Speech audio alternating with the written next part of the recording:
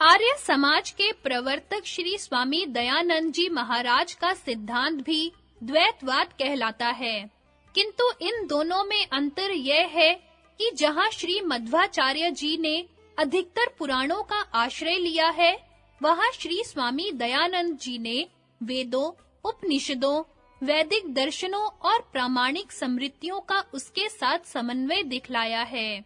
श्री स्वामी दयानंद का द्वैतवाद सब वैदिक दर्शनों के समन्वय के साथ सांख्य योग का ही सर्वांश में द्वैतवाद है, किंतु लेखक का यह व्यक्तिगत स्वतंत्र विचार है कि उन्होंने चैतन्य तत्व का शुद्ध स्वरूप अर्थात परब्रह्म को न दिखलाकर केवल ईश्वर, जीव और प्रकृति का ही वर्णन किया है, जो इस सृष्टि की सारी बाह्य रचना में पाए जा रहे हैं। इस सिद्धांत के अनुसार पुनरावर्तनीय रूप अपर ब्रह्म की प्राप्ति ही मुक्ति की सीमा हो सकती है, जो योग की संप्रज्ञात समाधि का अंतिम ध्येय हो सकता है, किंतु स्वामी जी का योग साधन पर पूरा जोर देने और उसको ही परमात्मा की प्राप्ति का साधन बतलाने तथा पातंजल योग को योग का मुख्य प्रामाणिक ग्रंथ मानने से योग की अंतिम सीमा असंप्रज्ञात समाधि और उसका अंतिम ध्येय शुद्ध परमात्मा स्वरूप में अवस्थिति रूप कैवल्य भी आ जाता है। स्वामी दयानंद जी ने ईश्वर, जीव और प्रकृति इन तीनों का जो विशेष रूप से वर्णन किया है, इससे सामान्यतः इनका सिद्धांत त्रैतवाद समझा जाता है, किंतु चेतन तत्व का समष्टि ब्रह्मांड के संबंध से ईश्वर नाम है और व्यष्टि पिंडों के संबंध से जीव। ये दोनों चेतन तत्व के शबल अर्थात मिश्रित रूप हैं। इसलिए लेखक के व्यक्तिगत विचार के अनुसार स्वामी दयानंद जी का सिद्धांत द्वैतवाद ही है। स्वामी दयानंद जी ने शुद्ध चेतन तत्व अर्थात पर ब्रह्म का वर्णन विशेष रूप से इस कारण नहीं किया कि उस समय का जन समूह उसके समझने में अयोग्य था और उनका मुख्य उद्देश्य समाज सुधार और धर्म रक्षा था। स्वामी दयानंद जी के समय में हिंदू समाज और वैदिक धर्म जैसी विकट परिस्थिति में मृत्यु की ओर जा रहा था। उसका उदाहरण किसी भी पूर्वाचार्य के समय में न मिल सकेगा। स्वामी दयानंद जी का हिंदू धर्म और समाज की निम्न प्रकार की दुर्दशा को हटाना मुख्य उद्देश्य था। पहला, वैदिक धर्म का नाना प्रकार के मतांतर और संप्रदायों में विभक्त होकर परस्पर एक दूसरे का विरोध करना।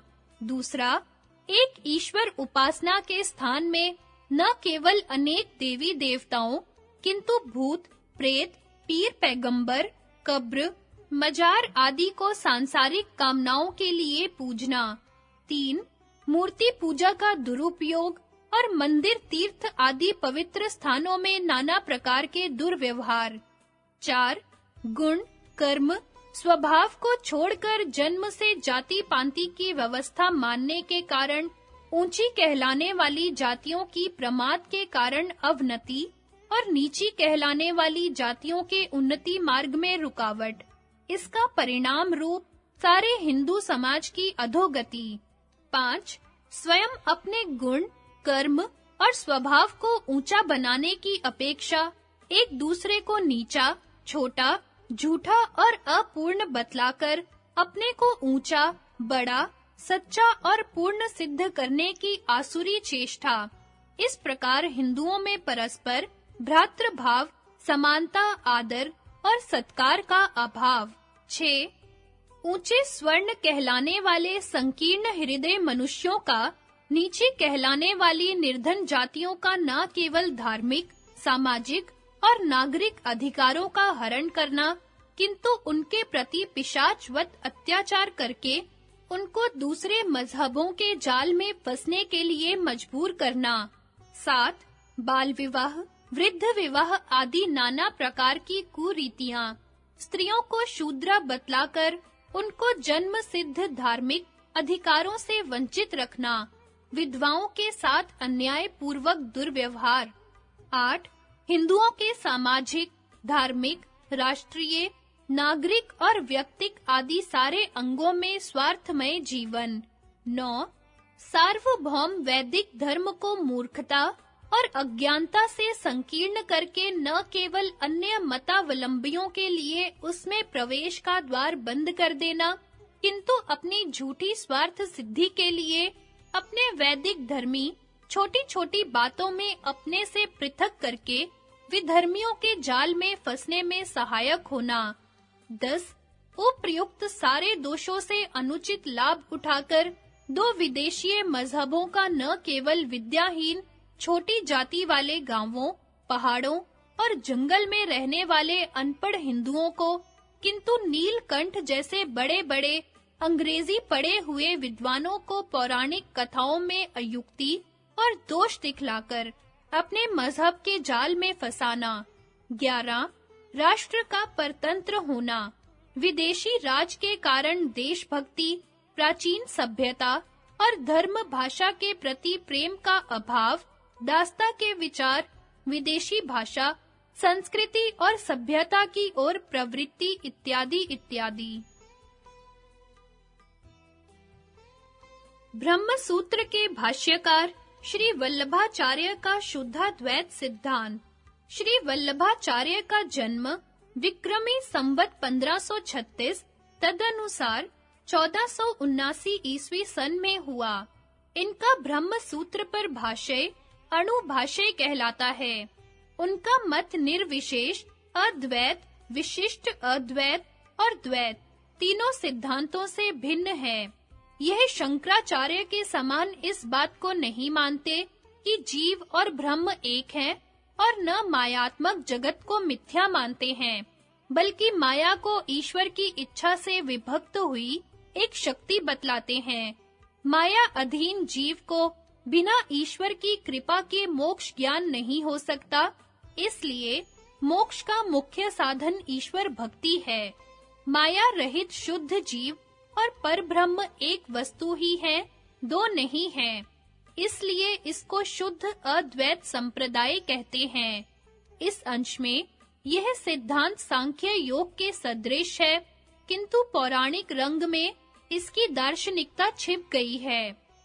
ब्रह्म सूत्र के भाष्यकार श्री निम्बार्काचार्य का द्वैत अद्वैत सिद्धांत।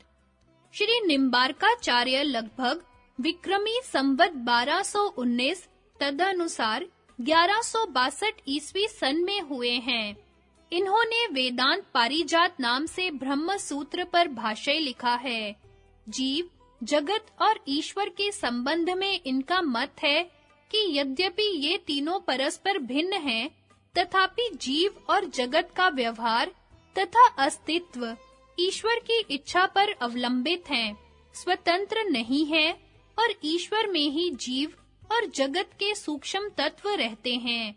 विशिष्ट अद्वैत से अलग करने के लिए इसका नाम द्वैत अद्वैत संप्रदाय रखा गया है। उपर्युक्त संप्रदाय शंकर के मायावाद को स्वीकृत न करके ही उत्पन्न हुए हैं और ज्ञान की अपेक्षा भक्ति प्रधान हैं। वैष्णव संप्रदाय से संबंध रखते हैं, इसलिए जहाँ स्वामी शंकराचार्य का भाष्य उपनिषदों पर निर्भर है, वहाँ इन संप्रदायों के भाष्य में पुराणों और विशेषकर विष्णु पुराण को अधिक उद्धृत किया गया है। प्राय ये सब संप्रदाय 4 प्रकार की मुक्ति मानते हैं। सालोक्य मुक्ति, विष्णु अर्थात ईश्वर के लोक में निवास करना। सामीप्य मुक्ति, ईश्वर के लोक में ईश्वर के समीप रहना। सारूप्य मुक्ति, विष्णु अर्थात ईश्वर के समान रूप वाला बन जाना। सायुज्य मुक्ति, विष्णु लोक में विष्णु के समान विभूति को प्राप्त होना।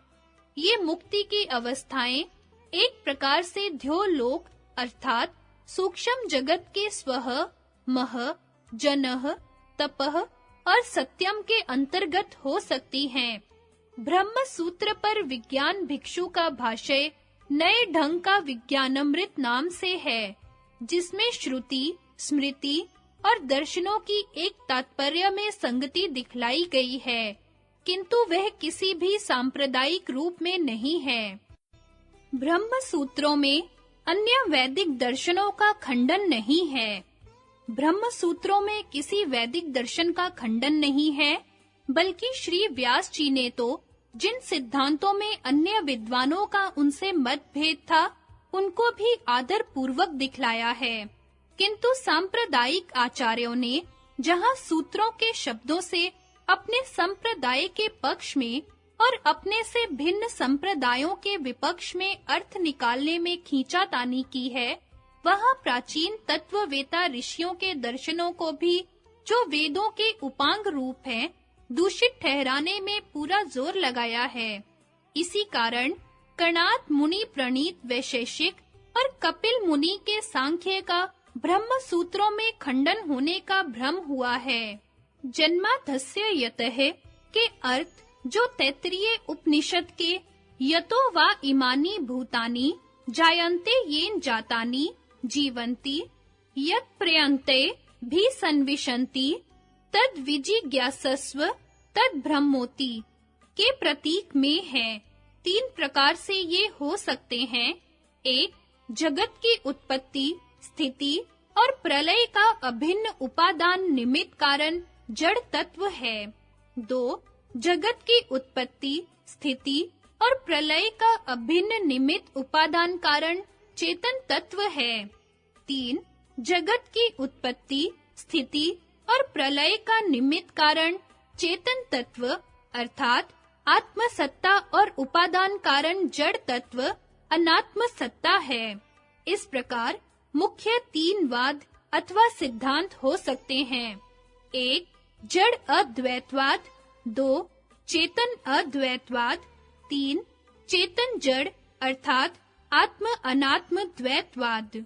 सिद्धांत रूप में तो यह द्वैतवाद है, किंतु व्यवहार दिशा में त्रैतवाद हो जाता है, अर्थात ईश्वर जो ब्रह्मांड अर्थात समष्टि रूपेण जड़ तत्व के संबंध से चेतन तत्व अर्थात परमात्मा सत्ता का नाम है, जीव जो पिंड अर्थात व्यष्टि रूपेण जड़ तत्व के संबंध से चेतन तत्व अर्थात आत्म सत्ता का नाम है, और प्रकृति जो अनात्म सत्ता है और केवल कैवल्य अवस्था में ही जब दृष्टा की शुद्ध चैतन्य स्वरूप में अवस्थिति होती है, तब उस कैवल्य प्राप्त किए हुए जीव की अपेक्षा से अद्वैत कहा जा सकता है, न कि सांसारिक जीवों की अपेक्षा से।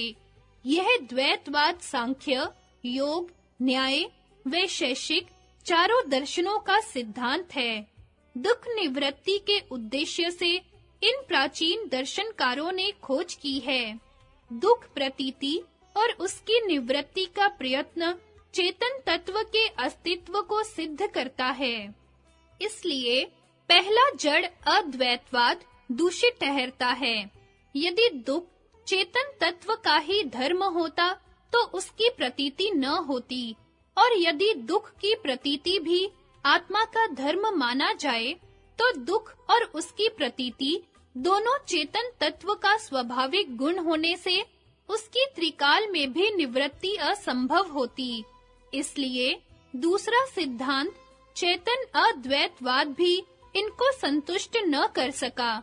इसलिए ये तत्ववेता ऋषि इसी परिणाम पर पहुंचे हैं कि एक तो चेतन तत्व है जो हमारा वास्तविक स्वरूप है, और इससे भिन्न एक कोई दूसरा जड़ तत्व है जिसके स्वाभाविक धर्म दुख आदि हैं, जिनके हटाने का प्रयत्न किया जाता है। इसके अतिरिक्त सिद्धांत 1, 2 के पक्ष में न तो कोई श्रुति मिलती है और न युक्ति और न संसार में कोई उदाहरण, परंतु सिद्धांत 3 को सारी श्रुतियां, स्मृतियां, युक्ति और उदाहरण सिद्ध करते हैं। शंका: जैसे सुवर्ण के आभूषण नाना प्रकार की आकृति रखते हुए भी सुवर्ण रूप ही हैं, जैसे तरंगे, बुलबुले, नदी, तालाब आदि सब जल रूप ही हैं, वैसे ही सारा जगत केवल एक अद्वितीय ब्रह्म रूप ही है। समाधान: ये उदाहरण तो द्वैत सिद्धांत की ही पुष्टि करते हैं, क्योंकि सुवर्ण के आभूषणों के आकारों में एक दूसरा तत्व आकाश जल के तरंग बुलबुले आदि में वायु और नदी तालाब आदि में पृथ्वी भेदक है। शंका। यथोर्ण नाभिः सृजते गृहणते च तथाक्षरात् संभवते ही विश्वम। जिस प्रकार चेतन मकड़ी जड़ जंतुओं की अभिन्न निमित्त उपादान कारण है, इसी प्रकार चेतन ब्रह्म इस जड़ जगत का अभिन्न निमित्त उपादान कारण है। इससे चेतन अद्वैतवाद सिद्ध होता है। समाधान। यह श्रुति द्वैत सिद्धांत को ही सिद्ध करती है, अर्थात जिस प्रकार जड़ जंतु की उत्पत्ति का चेतन मकड़ी निमित्त कारण है और उसके मोह का जड़ लेप उपादान कारण है, इसी प्रकार जड़ जगत का उपादान कारण त्रिगुणात्मक जड़ प्रकृति है और निमित्त कारण चेतन ब्रह्म है। शंका। सर्वम खलविदं ब्रह्मा। इस श्रुति से केवल एक ब्रह्म ही सिद्ध होता है। समाधान। इससे यह अभिप्राय है कि ब्रह्म ही सारे त्रिगुणात्मक जगत में व्यापक हो रहा है, जड़ सत्ता का अभाव सिद्ध नहीं होता।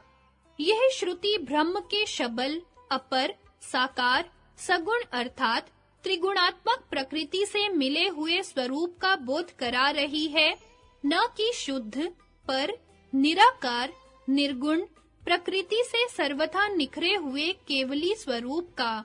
अन्य श्रुतियां भी ऐसा ही बताती हैं। यथा तदंतरस्य सर्वस्य तदु सर्वस्यास्य बाह्यतेः। वह ब्रह्म इस सब के अंदर है, वह निश्चय ही इस सब के बाहर है। तथा न तत्र चक्षुर्गच्छति न वाक् गच्छति नो मनो न विद्यो न विजानीमो यथेतद् नो शिष्य अधन्य देव तद्विदितादथो अविदितादधि इति शुश्रुम पूर्वेषाम ये नस्तद्व्यावचक्षिरे। वहाँ नेत्र इंद्रियां नहीं जाती, वाणी नहीं जाती, मन नहीं जाता। अतः जिस प्रकार शिष्य को इस ब्रह्म का उपदेश करना चाहिए, वह हम नहीं जानते, वह हमारी समझ में नहीं आता, वह विदित से अन्य ही है तथा अविदित से भी परे है। ऐसा हमने पूर्व पुरुषों से सुना है, जिन्होंने हमारे प्रति उसका व्याख्यान किया था। यद् वाचान्भ्युदितं येन वाग्भ्युदते तदेव ब्रह्म त्वं विधिनेदं यदिदम् उपासते। जो वाणी से प्रकाशित नहीं है, किंतु जिससे वाणी प्रकाशित होती है, उसी को तू ब्रह्म जान। जिस इसकी लोग उपासना करते हैं, वह ब्रह्म नहीं है। यन मनसा न मनुते ये नाहुर मनोमतम तदेव ब्रह्म त्वं विधि नेदम यदिदम उपासते। जो मन से मनन नहीं किया जा सकता, बल्कि जिससे मन मनन हुआ करता है, उसी को तू ब्रह्म जान।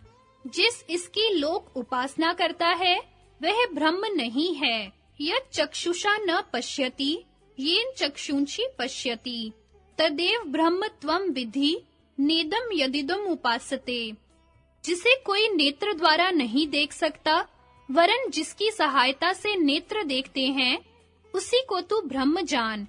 जिस इसकी लोक उपासना करते हैं, वह ब्रह्म नहीं है। यच्छ्रोत्रेण न शृणोति येन श्रोत्रमिदं श्रुतं तदेव ब्रह्म त्वं विधि नेदम यदिदम उपासते। जो कान से नहीं सुना जा सकता, वरन जिससे श्रोत्रों में सुनने की शक्ति आती है, उसी को तू ब्रह्म जान। जिस इसकी लोक उपासना करते हैं, वह ब्रह्म नहीं है। यत् प्राणेन न प्राणीति येन प्राणेः प्रणीयते तदेव ब्रह्म त्वं विधि नेदम यदिदम उपासते। जो प्राण के द्वारा विषय नहीं किया जा सकता, वरन जिससे प्राण अपने विषयों की ओर जाता है, उसी को तू ब्रह्म जान। जिस इसकी लोक उपासना करता है, वह ब्रह्म नहीं है। स्मृति भी ऐसा ही बताती है। यथा प्रकाशयत्येकः कृत्सनं लोकमिमं रविः क्षेत्रं क्षेत्री तथा कृत्सनं प्रकाशयति भारत। हे भारत, जैसे सूर्य अकेला इस सारे लोक को प्रकाशित करता है, वैसे क्षेत्र का मालिक ब्रह्म इस सारे लोक को प्रकाशित करता है। श्री स्वामी शंकराचार्य ने भी अपने निर्माण षटक में इसी बात को सिद्ध किया है। यथा मनो बुद्ध अहंकार चित्तानि न अहम न च श्रोत्र जिह्वे न च घ्राण नेत्रे न च व्योम भूमिर्न तेजो न वायुश्च दान नंद रूपः शिवो अहम न च प्राण संज्ञो न वै पंच वायुर्न वा सप्त धातुर्न वा पंच कोशः न वाक् पाणिपादम न चोपस्थ पायुश्चिदानंद रूपः शिवो अहम। मैं अर्थात आत्म तत्व मन, बुद्धि, अहंकार और चित्त नहीं है, कान और जिह्वा भी नहीं, नासिका और नेत्र नहीं है, आकाश और पृथ्वी नहीं, तेज नहीं है, वायु नहीं है। मैं अर्थात आत्म तत्व चिदानंद रूप है, शिव है। मैं अर्थात आत्म तत्व प्राण वर्ग नहीं है, पंचवायु नहीं है, सप्त धातु नहीं है, पांच कोश नहीं है, वाणी, हाथ, पैर नहीं है, जननेंद्रिय और गुदा नहीं है। मैं अर्थात आत्म तत्व चिदानंद रूप है, शिव है। इसलिए सब दर्शनकारों का सिद्धांत जड़ चेतन द्वैतवाद है। जड़ तत्व को चेतन तत्व से भिन्न करने के उद्देश्य से जड़ तत्व के अवांतर भेदकरण, माप और वर्णन शैली में भेद होने के कारण बाह्य दृष्टि रखने वालों को इनमें परस्पर भेद होने का भ्रम होता है। दार्शनिक दृष्टिकोण से जानना अपने से भिन्न वस्तु जड़ तत्व का ही हो सकता है। अपने को अर्थात चेतन तत्व अर्थात पर ब्रह्म को जानने का शब्द प्रयोग करना आयुक्त है। यथा विज्ञातारमरे केन विजानियात, सबके जानने वाले विज्ञाता को किससे जाना जा सकता है, अर्थात किसी से भी नहीं जाना जा सकता है। ये नेदम सर्वम विजानाति तम केन विजानियात, जिससे यह सब जाना जाता है उसको किससे जाने। संप्रज्ञात समाधि की सारी भूमियां वितर्क, विचार, आनंद, अस्मिता और विवेक ख्याति में त्रिगुणात्मक प्रकृति के ही सारे कार्यों को साक्षात करते हुए इनसे आसक्ति हटाकर विरक्त होना होता है। असंप्रज्ञात समाधि में कुछ जानना शेष न रहने पर केवल शुद्ध चैतन्य स्वरूप में स्वरूप अवस्थिति होती है। इसी प्रकार जहाँ-जहाँ परमात्मा अर्थात परब्रह्म के जानने का वर्णन आया है, जैसे आत्मा वा अरे दृष्टव्यः श्रोतव्यो मंतव्यो निदिध्यासितव्यः, वहाँ अनात्म ज्ञेय पदार्थों को जानकर नेति-नेति द्वारा पृथक करते हुए अंत में सारे ज्ञेय पदार्थों की समाप्ति पर शेष जानने योग्य न कुछ रहने पर शुद्ध परमात्मा स्वरूप में ही अवस्थिति होती है। यथा यदा पंचावतिष्ठन्ते ज्ञानानि मनसा सह बुद्धिश्च न विचेष्टति तमाहु परमाम गतिम। जब पांचों ज्ञानेंद्रियां मन के साथ रुक जाती हैं और बुद्धि भी चेष्टा रहित हो जाती है, उसको परम गति अर्थात परमात्मा स्वरूप में अवस्थिति कहते हैं। इसलिए इन तत्ववेता प्राचीन दर्शनकारों का ऋतंभरा प्रज्ञा द्वारा साक्षात्कार पर प्रत्यक्ष है, जो शब्द और अनुमान का बीज है, अर्थात जिसके आश्रय शब्द और अनुमान होते हैं। श्रुतम अनुमान प्रज्ञाभ्याम अन्य विषय विशेष अर्थत्वात्। शब्द और अनुमान की प्रज्ञा से ऋतंभरा प्रज्ञा का विषय अलग है। विशेष रूप से अर्थ का साक्षात्कार करने से केवल शब्द और अनुमान का आश्रय लेने वाले आचार्यों और उनके आधार पर पाश्चात्य विद्वानों ने उनके वास्तविक सार को न समझकर इन प्राचीन दर्शनकारों के कहीं अनीश्वरवादी और कहीं बहुईश्वरवादी होने का धोखा खाया है। अब उत्तर मीमांसा के जिन सूत्रों में अन्य दर्शनों के खंडन होने का भ्रम हुआ है, उसका स्पष्टीकरण किया जाता है। ईक्षतेर्ना शब्दम, ईक्षण से शब्द प्रमाण रहित नहीं है, अर्थात ब्रह्म को जगत की उत्पत्ति आदि में निमित्त कारण मानना शब्द प्रमाण रहित नहीं है, क्योंकि उसमें यह शब्द प्रमाण है। तदेक्षत बहु श्याम प्रजाए येति, उसने ईक्षण किया, मैं बहुत हूँ, प्रजा वाला हूँ। कई सांप्रदायिक भाष्यकारों ने अशब्दम के अर्थ प्रमाण रहित प्रकृति लगाकर सांख्य दर्शन का खंडन किया है, जो सर्वथा अनुचित और अन्यायपूर्ण है, क्योंकि सांख्य की त्रिगुणात्मक प्रकृति अनेक श्रुतियों और स्मृतियों से प्रमाणित है। यथा मायाम तु प्रकृतिम विद्यान्मायिनीम तु महेश्वरम, प्रकृति को माया जानो और महेश्वर को माया वाला। अजाम एकाम लोहित शुक्ल कृष्णाम वही प्रजाः सृजमानाम सरूपाः, एक अजा है जो लाल, श्वेत और काली है, वह अपने समान रूप वाली बहुत सी प्रजाओं को उत्पन्न कर रही है। महतेः परम व्यक्तम व्यक्तात् पुरुषः परः, महत् तत्व से परे अव्यक्त और अव्यक्त से परे पुरुष है। निम्न वेद मंत्रों में कितनी उत्तम रीति से प्रकृति का वर्णन किया गया है। द्वा सुपर्णा सयुजा सखाया समानम वृक्षम परिश स्वजाते, तयोरन्यः पिप्पलम स्वादवत्यं शनन्यो अभिचाक्षीति, समाने वृक्षे पुरुषो निमग्नो अनीश्या शोचति मुह्यमानेः, जुष्टम यदा पश्यते अन्यमीशमस्य महिमानमीति वीत शोकः। दो पक्षी जो साथ रहने वाले और मित्र हैं, वे दोनों एक ही त्रिगुणात्मक प्रकृति रूप वृक्ष को आलिंगन किए हुए हैं। उन दोनों से एक जीव रूपी पक्षी स्वाद वाले फल को खाता है और दूसरा ईश्वर रूपी पक्षी फल न खाता हुआ केवल साक्षी रूप से रहता है। उसी प्रकृति रूप वृक्ष पर जीव रूपी पक्षी आसक्त होकर असमर्थता से धोखा खाता हुआ शोक करता है, किंतु जब योग युक्त होकर अपने दूसरे साथी ईश और उसकी महिमा को देखता है, तब शोक से पार हो जाता है। इस प्रकृति रूप वृक्ष की जड़ ऊपर की ओर है और शाखाएं नीचे की ओर। पृथ्वी में छिपी हुई उसकी जड़ अव्यक्त मूल प्रकृति गुणों की साम्यावस्था है, जो अलिंग कहलाती है और प्रत्यक्ष न होने के कारण केवल आगम और अनुमान गम्य है, जिसके संबंध में कहा गया है गुणानाम परमम रूपम न दृष्टिपथ मृच्छति यत्तु दृष्टिपथम प्राप्तम तन्मयेव सुतुच्छकम।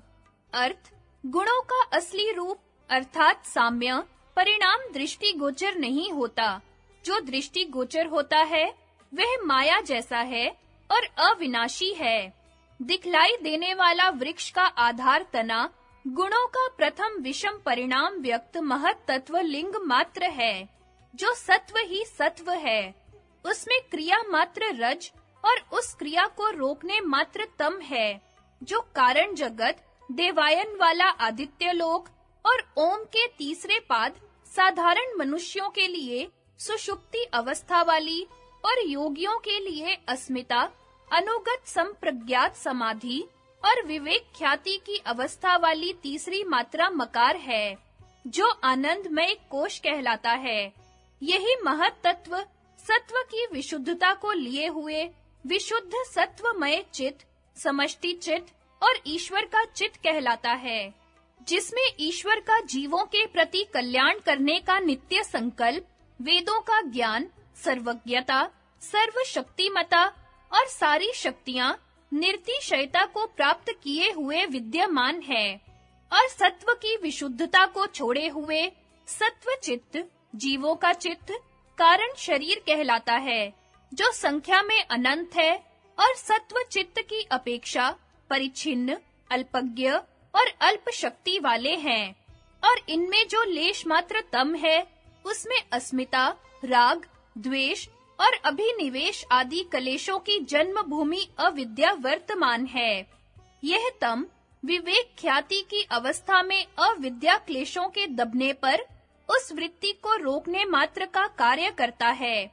चेतन तत्व, पुरुष का शुद्ध स्वरूप, शुद्ध आत्म तत्व, पर ब्रह्म, शुद्ध ब्रह्म, परमात्मा जिसकी सन्निधि से यह विषम परिणाम हो रहा है, उसी के ज्ञान का प्रकाश महातत्व के दोनों समष्टि और व्यष्टि रूपों में पड़ रहा है। महातत्व के ज्ञान स्वरूप चेतन तत्व से प्रकाशित होने को गीता में अति सुंदर शब्दों में वर्णन किया गया है।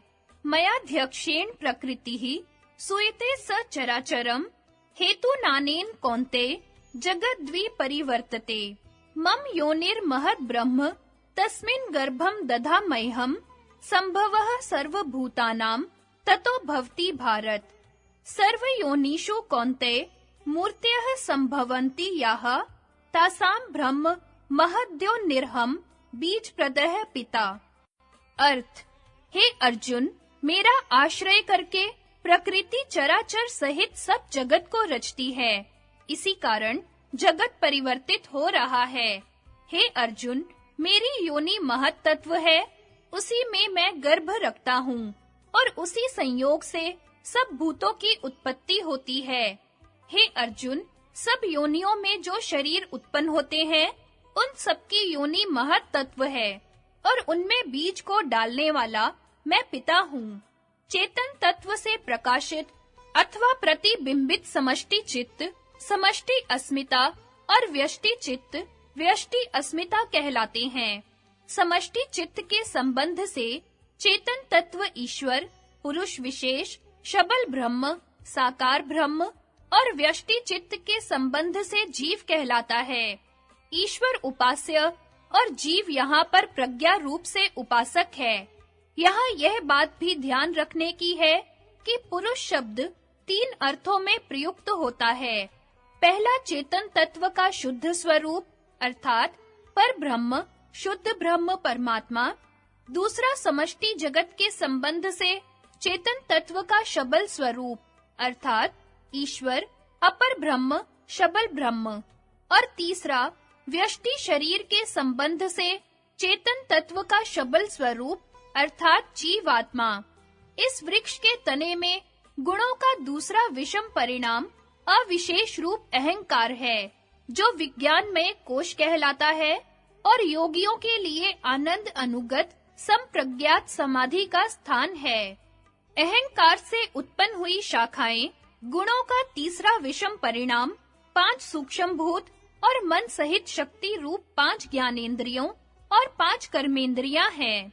ये प्राणमय कोश और मनोमय कोश हैं तथा दूसरे विषम परिणाम अहंकार अर्थात विज्ञानमय कोश को साथ लेकर व्यष्टि रूप से जीवों के सूक्ष्म शरीर तथा समष्टि रूप से सूक्ष्म जगत, लोक ब्रह्मलोक और पितरायण वाला चंद्रलोक, सोमलोक कहलाता है।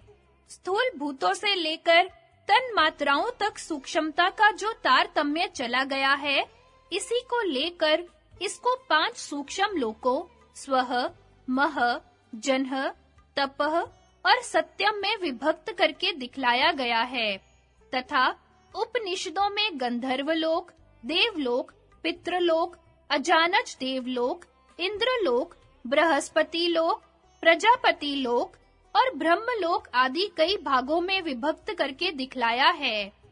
जो वास्तव में सूक्ष्मता की अवस्थाएं हैं और जिनका अनुभव योगियों का विचारानुगत संप्रज्ञात समाधि में होता है, इन सूक्ष्म शरीरों के संबंध से जीव की संज्ञा तेजस, उपासक और समष्टि रूप में इन सूक्ष्म लोकों के संबंध से ईश्वर की संज्ञा हिरण्यगर्भ उपास्य है। यह ओम के दूसरे पाद की उकार मात्रा है, जो साधारण मनुष्यों के लिए स्वप्न और योगियों के लिए संप्रज्ञात समाधि की अवस्था है। अंत की पतली शाखाएं पत्तों सहित गुणों का चौथा विषम परिणाम 16 विकृतियां अर्थात 5 स्थूल भूत और 11 इंद्रियों के स्थूल रूप अर्थात समष्टि रूप में इनकी शाखाएं स्थूल जगत, नक्षत्र लोक, भूलोक और भुवय लोक और व्यष्टि रूप में इसके पत्ते जीवों के स्थूल शरीर हैं, जिनको अन्नमय कोश कहते हैं। यह ओम के पहले पाद जागृत अवस्था वाली अकार मात्रा है। स्थूल जगत के संबंध से ईश्वर की संज्ञा उपास्य विराट और जीव की संज्ञा उपासक विश्व है। यहाँ यह ध्यान में रखने की बात है कि भू और भुवः दोनों स्थूल जगत अर्थात नक्षत्र लोक में है। हमको अपनी पृथ्वी का विशेष रूप से वर्णन करना होता है, इसलिए इसको अलग भू नाम से पुकारते हैं।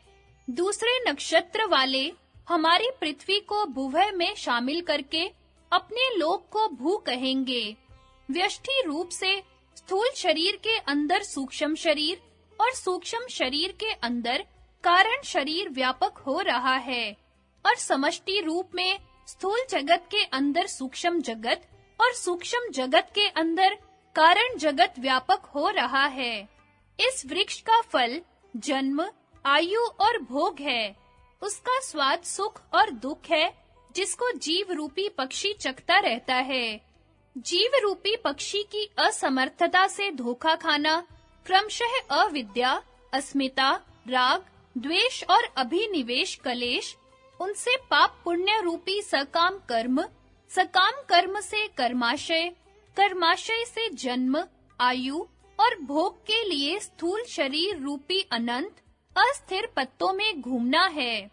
योग युक्त होकर जीव रूपी पक्षी का ईश्वर रूपी पक्षी और उसकी महिमा को देखना योग के अंगों का अनुष्ठान तथा ईश्वर प्रणिधान है, जिसका वर्णन योग दर्शन साधना पाद सूत्र 1 व 32 में तथा समाधि पाद के सूत्र 23 से 28 तक किया गया है। आत्मा ज्ञातव्यः प्रकृतितः विवेक्तव्यः न पुनः आवर्तते। आत्मा को जानना चाहिए, प्रकृति से भिन्न उसका विवेक करना चाहिए, वह पुनः नहीं लौटता है। प्रकृतेः क्रियमाणानि गुणैः कर्माणि सर्वशः। संपूर्ण कर्म प्रकृति के गुणों द्वारा किए हुए हैं। मयाध्यक्षेण प्रकृतिः सूयते सचराचरम्। हे कौन्तेय, मेरी अध्यक्षता के रहते हुए प्रकृति चराचर जगत को उत्पन्न करती है। प्रकृत्यैव च कर्माणि क्रियमाणानि सर्वशः यः पश्यति तत् आत्मानं कर्तारं स पश्यति। जो पुरुष समस्त कर्मों को सब प्रकार से प्रकृति से ही किए हुए देखता है तथा आत्मा को अकर्ता देखता है, वह तत्व ज्ञानी है। सत्वं रजस्तम इति गुणाः प्रकृति संभवाः निबध्रन्ति महाबाहो देहे देहिनम् व्ययम्। हे महाबाहो, सत्व, रज और तम ये प्रकृति से उत्पन्न हुए तीनों गुण अविनाशी आत्मा को शरीर में बांधते हैं। प्रकृतम पुरुषम च एव विद्यनादि उभावपि विकारांश्च गुणामाश्च विधि प्रकृति संभवान। प्रकृति और पुरुष इन दोनों को ही तू अनादि जान और विकारों को तथा त्रिगुणात्मक संपूर्ण पदार्थों को भी प्रकृति से उत्पन्न हुए जान। जब स्वयं व्यास जी महाराज अपने स्वरचित गीता में इस प्रकार प्रकृति का स्पष्ट रूप से वर्णन कर रहे हैं, तो इन्हीं सूत्रों में अशब्दम के अर्थ प्रमाण रहित प्रकृति निकालना कितना घोर पक्षपात और अत्याचार है, यह पाठक स्वयं समझ सकते हैं। श्रुति और स्मृति द्वारा तो सांख्य और योग ही प्राचीन वेदांत और ब्रह्म प्राप्ति का साधन सिद्ध होता है। यथा तत्कारणम सांख्य योग आदि गम्यम ज्ञात्वा देवम मुच्यते सर्वपाशेहि। उस देव को जो जगत की उत्पत्ति आदि का निमित्त कारण है और जो सांख्य योग द्वारा ही जाना जा सकता है, जानकर मनुष्य सारे फांसों से छूट जाता है। लोके अस्मिन् द्विविधा निष्ठा पुरा प्रोक्ता मयानक ज्ञान योगेन सांख्यानाम कर्म योगेन योगिनाम। हे निष्पाप अर्जुन, इस मनुष्य लोक में मैंने पुरातन काल में दो निष्ठाएं बतलाई हैं। सांख्य योग की निष्ठा ज्ञान योग से होती है और योगियों की निष्ठा निष्काम कर्म योग से। सांख्यस्य वक्ता कपिलः परम ऋषि स उच्यते हिरण्यगर्भो योगस्य वक्ता नान्यः पुरातनः। सांख्य के वक्ता परम ऋषि कपिल हैं और योग के वक्ता हिरण्यगर्भ हैं। इनसे पुरातन इनका वक्ता और कोई नहीं है। ज्ञानम महद यदि महत्सु राजन वेदेषु सांख्येषु तथैव योगे यच्चापि दृष्टम विविधम पुराणे सांख्यागतम तन्निखिलम नरेंद्र। हे नरेंद्र, जो महत् ज्ञान महान व्यक्तियों में वेदों के भीतर तथा योग शास्त्रों में देखा जाता है और पुराणों में भी विविध रूपों में पाया जाता है, वह सभी सांख्य से आया है। इस प्रकार श्री व्यास जी महाराज ने स्वरचित गीता और महाभारत में कपिल ऋषि के सांख्य की महिमा बतलाई है। न केवल कपिल मुनि का सांख्य और उसकी प्रकृति ही श्रुतियों और स्मृतियों से प्रमाणित है, किंतु कपिल मुनि को ऋषियों में सर्वोच्च और श्रेष्ठ स्थान दिया गया है। यथा ऋषि प्रसूतम कपिलम यस्तम अग्रे ज्ञानेर्बिभर्ति, जो पहले उत्पन्न हुए कपिल मुनि को ज्ञान से भर देता है। सिद्धा नाम कपिलो मुनिः, सिद्धों में मैं कपिल मुनि हूँ। श्री गौड़पादाचार्य जी ने भी सांख्य के 25 तत्वों के ज्ञान द्वारा मुक्ति का होना बतलाया है। यथा पंचविंशति तत्वज्ञो यत्र तत्राश्रमे वसेत जटी मुंडी शिखी वापी मुच्यते नात्र संशय। जिसको 25 तत्वों का ज्ञान हो गया है, वह चाहे किसी आश्रम में स्थित हो, चाहे वह गृहस्थ हो, चाहे सन्यासी हो, वह अवश्य मुक्त हो जाता है, इसमें संशय नहीं है। उपर्युक्त प्रमाणों से पूर्णतया सिद्ध होता है कि श्री व्यास जी का अशब्दम से प्रकृति को प्रमाण रहित सिद्ध करना अभिप्राय कदापि नहीं हो सकता। अशब्दम को अव्यक्त मूल प्रकृति अथवा मायावादियों की अनिर्वचनीय माया का प्रायवाचक मान लेने पर भी सांख्य के साथ समन्वय में ही सूत्र के अर्थ होते हैं, न कि निराकरण में। अर्थात सांख्य की अव्यक्त मूल प्रकृति अथवा मायावादियों की अनिर्वचनीय माया जगत की उत्पत्ति आदि का निमित्त कारण नहीं हो सकती, वह केवल उपादान कारण हो सकती है, क्योंकि तदेक्षत बहुस्याम प्रजाए येति द्वारा चेतन ब्रह्म ही जगत की उत्पत्ति आदि का निमित्त कारण हो सकता है। इसी अध्याय के चौथे पाद के सूत्रों के अर्थ भी इन आचार्यों ने प्रकृति के अप्रामाणिक सिद्ध करने और सांख्य के निराकरण में निकलने का यत्न किया है। इसलिए इनका भी संक्षेप से स्पष्टीकरण कर देना आवश्यक प्रतीत होता है। अनुमानिकम पे केशमिति चेन शरीर रूपक विन्यस्त ग्रहति ए दर्श्यति च। कई शाखा वालों की शाखाओं में आगम और अनुमान गम्य स्वतंत्र प्रकृति का भी वर्णन पाया जाता है। यथा महतः परम व्यक्तम व्यक्तात् पुरुषः परः, महत् तत्व से परे अव्यक्त है और उससे परे पुरुष है। यदि ऐसा कहो तो यह ठीक नहीं है, क्योंकि शरीर के तौर पर रूपक से बतलाई हुई का ग्रहण होने से, अर्थात जिस प्रकार शरीर आत्मा के अधीन है, इसी प्रकार प्रकृति को ब्रह्मा के अधीन होना बतलाया गया है और श्रुति वाक से भी ऐसा ही पाया जाता है। यथा आत्मा नाम रथिनम विधि शरीरम रथमेव तु, आत्मा को रथ का स्वामी जाने और शरीर को रथ। योगियों को केवल 3 गुणों के प्रथम विषम परिणाम महत् तत्व तक ही समाधि द्वारा साक्षात्कार हो सकता है। उससे उसके कारण आगम गम्य गुणों की साम्य अवस्था मूल प्रकृति का अनुमान किया जाता है। इसलिए गुणों की साम्य अवस्था मूल प्रकृति को आगम और अनुमान गम्य कहा जाता है। सूक्ष्मम तु तद अर्हत्वात्, किंतु वह प्रकृति इसी स्थूल जगत का सूक्ष्म तत्व है।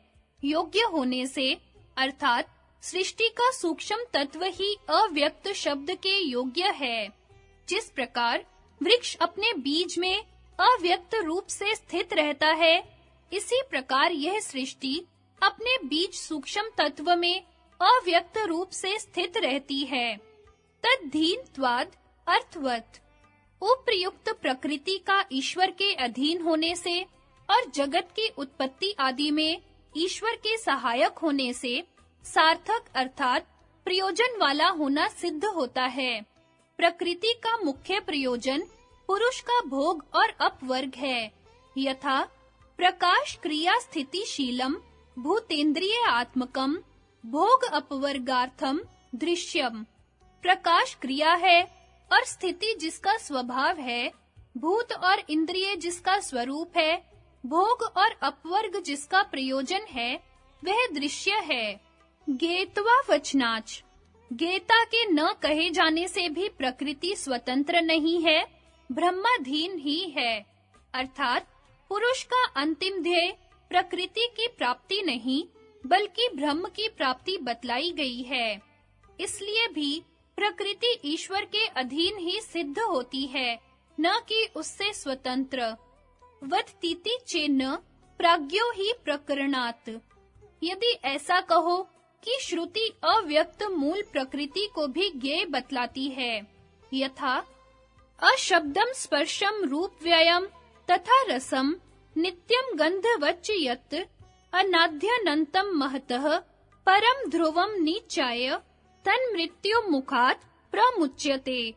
वह जो शब्द, स्पर्श, रूप, रस, गंध से शून्य अव्यय है, नित्य है, अनादि अनंत है, महत तत्व से परे है, अटल है, उसको जानकर पुरुष मृत्यु के मुख से छूट जाता है, तो यह ठीक नहीं है, क्योंकि प्रकरण से यहाँ चेतन है, अर्थात यहाँ चेतन ब्रह्म का प्रकरण ऊपर से चला आ रहा है, न कि जड़ प्रकृति का।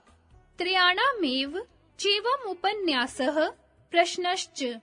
और इस प्रकार तीनों पदार्थों का ही वर्णन और प्रश्न भी है। इसलिए यहाँ अव्यक्त मूल प्रकृति का प्रसंग से वर्णन है, न कि मुख्यता ज्ञेय होने से। अर्थात मृत्यु और नचिकेता के संवाद में नचिकेता के तीन ही प्रश्न हैं। अग्नि, जीवात्मा और परमात्मा, उनके तीन ही उत्तर हैं। तीसरे परमात्मा विषयक प्रश्न का उत्तर है जो अशब्दम स्पर्शम इत्यादि वचन में दिया गया है। प्रधान अथवा प्रकृति विषयक न तो प्रश्न है और न उत्तर ही। इसलिए इस वचन में प्रधान या प्रकृति के कारणवाद की शंका नहीं हो सकती। महद्वच, महत् शब्द के समान भी, अर्थात जैसे महत् शब्द महत् तत्व का वाचक है, परंतु महानतम विभु आत्मानम में आया हुआ महत् शब्द महत् तत्व का वाचक नहीं है। इस प्रकार अव्यक्त आदि पद भी अपने प्रकरण में प्रकृति वाचक है, परमात्मा के प्रकरण में उनको प्रकृति वाचक मानकर अर्थ करना ठीक नहीं है। चमस्वद विशेषात, विशेष के न कहने से चमस के समान, जैसे चमस नाम चमसे का है और बृहद 2-2-3 में चमस का लक्षण इस प्रकार किया है।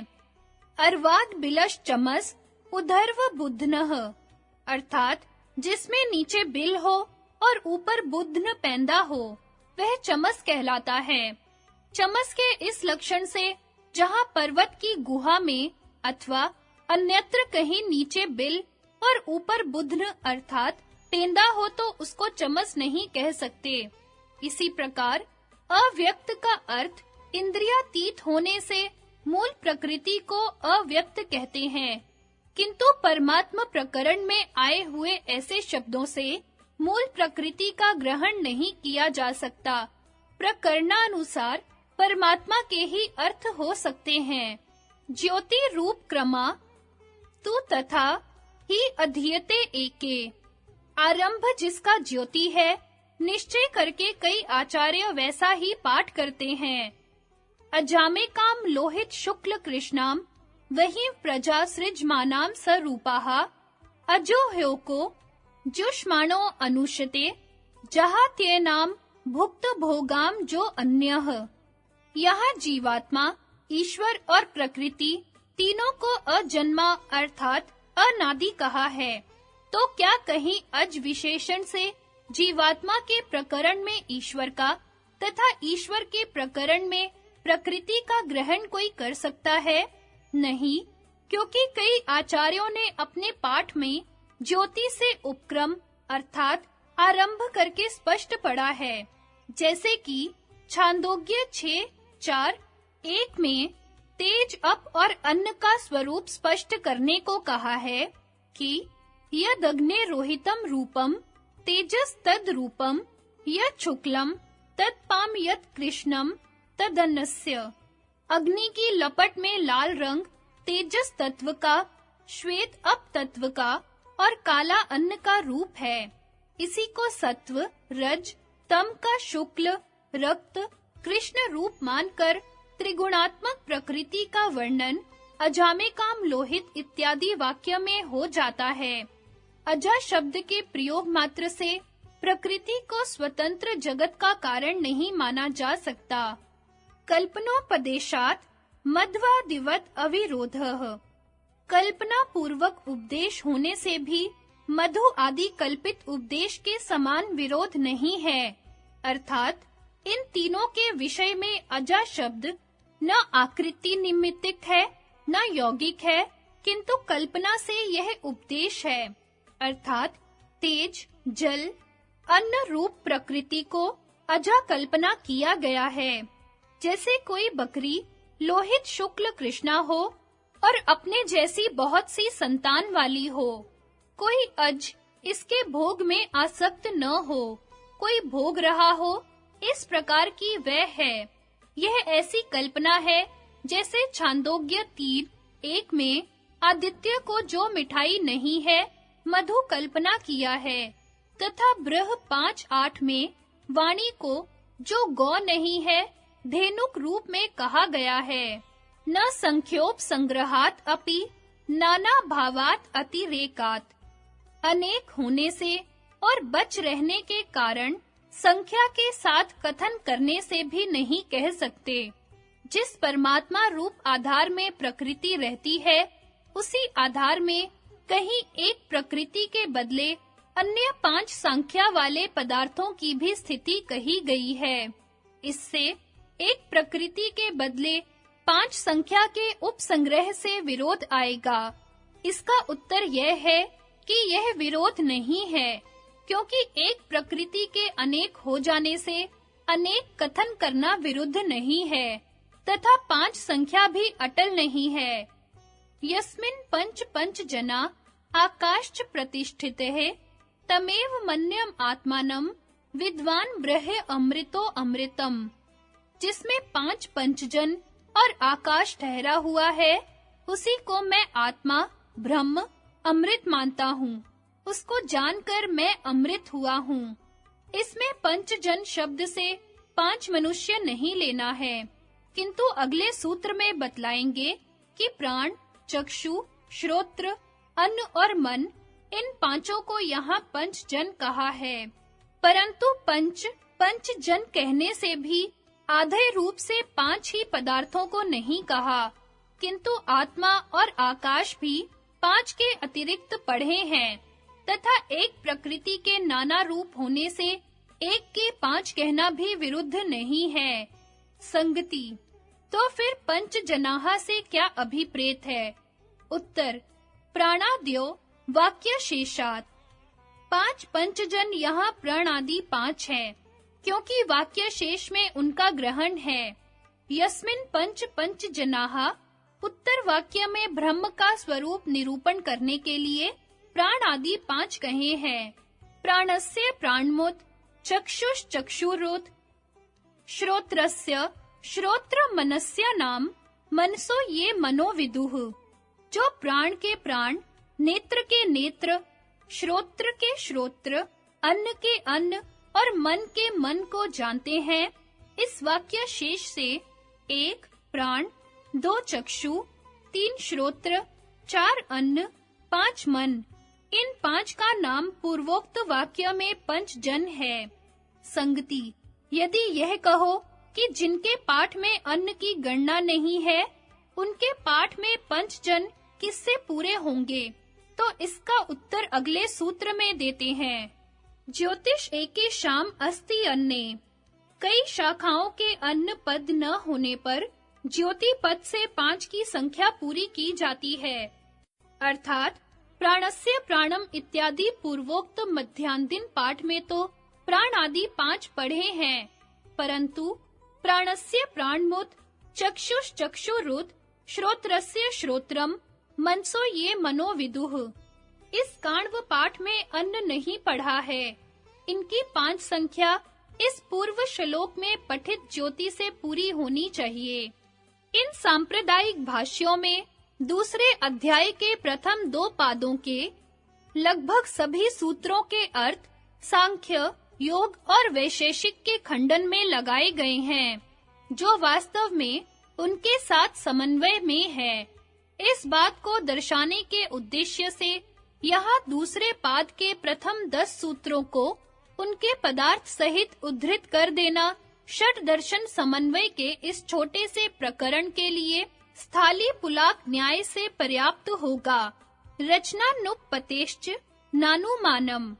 पदच्छेद। रचनानुपत्तेः च न अनुमानम। पहले पाद में शब्द प्रमाण से सिद्ध कर आए हैं कि जड़ प्रकृति जगत का निमित्त कारण नहीं हो सकती, वह केवल उपादान कारण है। निमित्त कारण चेतन ब्रह्म है और अब उसी बात को यहाँ युक्ति से सिद्ध करते हैं। वर्तमान सृष्टि की संयुक्तिक रचना के असिद्ध होने से, आगम और अनुमान सिद्ध प्रकृति अचेतन होने से जगत का निमित्त कारण नहीं हो सकती, वह केवल उपादान कारण है। जगत का निमित्त कारण चेतन होने से केवल ब्रह्म ही हो सकता है। प्रवृत्तेश्च। पदच्छेद। प्रवृत्तेः च। और अप्रवृत्त जड़ प्रकृति बिना किसी चेतन निमित्त कारण के स्वयं प्रवृत्त भी नहीं हो सकती। पयो अम्बुवच चेत तत्र अपि। यदि यह कहा जाए कि दूध और जल के सदृश जड़ प्रकृति की स्वतः प्रवृत्ति होती है, तो वहाँ भी जड़ प्रवृत्ति गाय और बछड़े आदि चेतन के अधीन ही होती है। व्यतिरेकान्वस्थितेश्चान्पेक्षत्वात्। पदच्छेद। व्यतिरेकान्वस्थितेः च अनपेक्षत्वात्।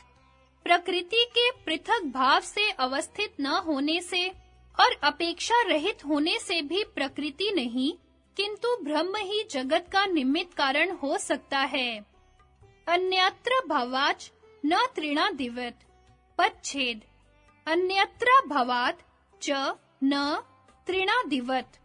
जिस प्रकार गौ के पेट में जाकर जड़ तृणादि स्वभाव से ही दूध बन जाते हैं, इसी प्रकार जड़ प्रकृति की स्वतः प्रवृत्ति हो सकती है। उत्तर नहीं हो सकती, क्योंकि गौ से अतिरिक्त बैल आदि के पेट में तृणादि दूध नहीं बनते हैं। इसलिए इस प्रवृत्ति का निमित्त कारण चेतन गौ है। अभ्युपगमे अप्यर्था भावात्। पदच्छेद। अभ्युपगमे अपि अर्थाभावात्। यदि प्रकृति में बिना किसी चेतन के स्वतः प्रवृत्ति मान भी ली जाए, तो भी सृष्टि बनाने में जड़ प्रकृति का कोई प्रयोजन नहीं हो सकता। पुरुषा शम वदिति चेत थापि। पदच्छेद। पुरुषा शमवद इति चेत तथापि। जिस प्रकार अंधा किसी से पूछकर मार्ग चल सकता है या लोहे में चुंबक की समीपता से गति आ जाती है, उसी प्रकार अचेतन प्रकृति स्वतः जगत को रच सकती है। यदि ऐसा मानो तो भी ठीक नहीं है, क्योंकि अंधों को मार्ग दिखलाने वाले और लोहे को चुंबक की अपेक्षा होती है। इसी प्रकार जड़ प्रकृति को प्रवृत्त कराने में किसी चेतन की अपेक्षा होगी। अग्नित्वानुपतेश्च। पदच्छेद। अग्नित्वानुपतेः च। और प्रकृति के 3 गुण सत्व, रजस और तमस जड़ होने के कारण बिना किसी चेतन के स्वयं अंग और अंगी भाव से प्रवृत्त नहीं हो सकते। इसलिए उनमें इस क्षोभ का निमित्त कारण चेतन ब्रह्म ही हो सकता है। अन्यथा नुमितो च ज्ञ शक्ति वियोगात्। पदच्छेद। अन्यथा अनुमितो च ज्ञ शक्ति वियोगात्। अन्य प्रकार से अनुमान करने में भी चेतन शक्ति के वियोग होने से यदि प्रकृति के तीनों गुणों का स्वभाव अन्यथा अर्थात कभी संयोग और कभी वियोग भी अनुमान कर लिया जाए, तो भी उनके ज्ञान रहित होने के कारण बिना किसी चेतन के उनमें ज्ञान पूर्वक क्रिया न हो सकेगी। इसलिए चेतन ब्रह्म ही जगत की उत्पत्ति आदि में निमित्त कारण है। विप्रतिषेधाचा समंजसम। पदच्छेद। विप्रतिषेधात् च असमंजसम। परस्पर विरोध से भी अनियमितता होती है। बिना चेतन ब्रह्म के अस्तित्व को माने हुए तीनों गुणों के परस्पर विरुद्ध उत्पादन और नाशन धर्म मान लेने से भी अनियमितता होती है। इसी प्रकार 11 से 17 तक 7 सूत्र वैशेषिक के साथ समन्वय में है, न कि श्री कणाद मुनि को नास्तिक सिद्ध करके उनके दर्शन के निराकरण में। इस पाद के अंत के 4 सूत्रों में सांख्य और वैशेषिक को सेश्वर मानकर भी इन भाष्यकारों द्वारा इन दर्शनों को दूषित ठहराने का प्रयत्न किया गया है, जिसका मूल सूत्रों में नामो निशान भी नहीं है। ब्रह्म सूत्र 2.1.3 में योग शब्द देखकर कई सांप्रदायिक आचार्यों ने इस सूत्र का अर्थ योग के निराकरण में लगाने का यत्न किया है। इस भ्रांति को मिटाने के लिए दूसरे अध्याय के पहले पाद के प्रथम 3 सूत्रों को उनके सरल और स्पष्ट अर्थ सहित उद्धृत कर देना आवश्यक है। समृत्य नवकाश दोष प्रसंग इति चेन्नान्य समृत्य नवकाश दोष प्रसंगात्। यदि ऐसा कहा जाए कि स्मृति के अनवकाश रूप दोष अर्थात असंगति का प्रसंग होगा, तो नहीं, क्योंकि अन्य स्मृतियों के अनवकाश रूप दोष का प्रसंग होगा। यहाँ सूत्र के पूर्वार्ध में यह शंका उठाई गई है कि यदि ब्रह्म को निमित्त कारण माना जाए और प्रकृति को उसके अधीन उपादान कारण, तो किसी-किसी स्मृति में जो केवल प्रकृति को स्वतंत्र उपादान कारण माना है, उन स्मृतियों का अनवकाश रूप दोष होगा। यथा इत्येष प्रकृतिकृतो महदादि विशेष भूत पर्यन्तः प्रति पुरुष विमोक्षार्थम स्वार्थ इव परार्थ आरंभः। इस प्रकार यह प्रकृति से किया हुआ महत् तत्व से लेकर विशेष अर्थात स्थूल भूतों तक का आरंभ प्रत्येक पुरुष के मोक्ष के लिए स्वार्थ की तरह परार्थ है। अव्यक्ताद् व्यक्तेः सर्वाः प्रभवन्त्य हरागमे रात्र्यागमे प्रलीयन्ते तत्रैवा व्यक्त संज्ञके। संपूर्ण विश्व मात्र भूतगण ब्रह्मा के दिन के प्रवेश काल में अव्यक्त से उत्पन्न होते हैं और ब्रह्मा की रात्रि के प्रवेश काल में उस अव्यक्त नामक मूल प्रकृति में ही लय होते हैं। प्रकृतेः क्रियमाणानि गुणैः कर्मणि सर्वशः। संपूर्ण कर्म प्रकृति के गुणों द्वारा किए हुए हैं।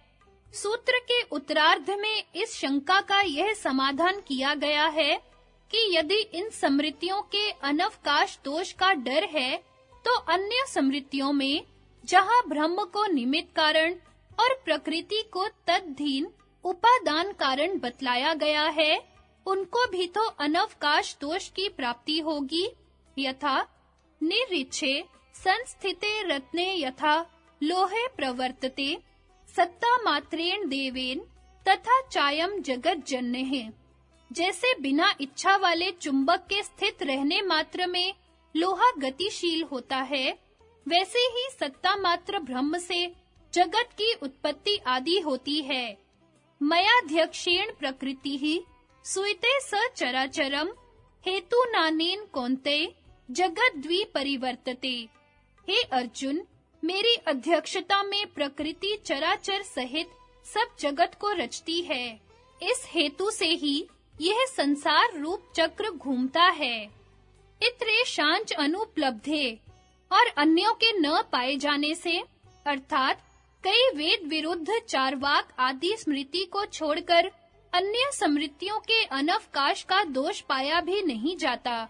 जैसा कि पहले सूत्र में सांख्य और गीता दोनों स्मृतियों में स्पष्ट रूप से दिखला दिया गया है।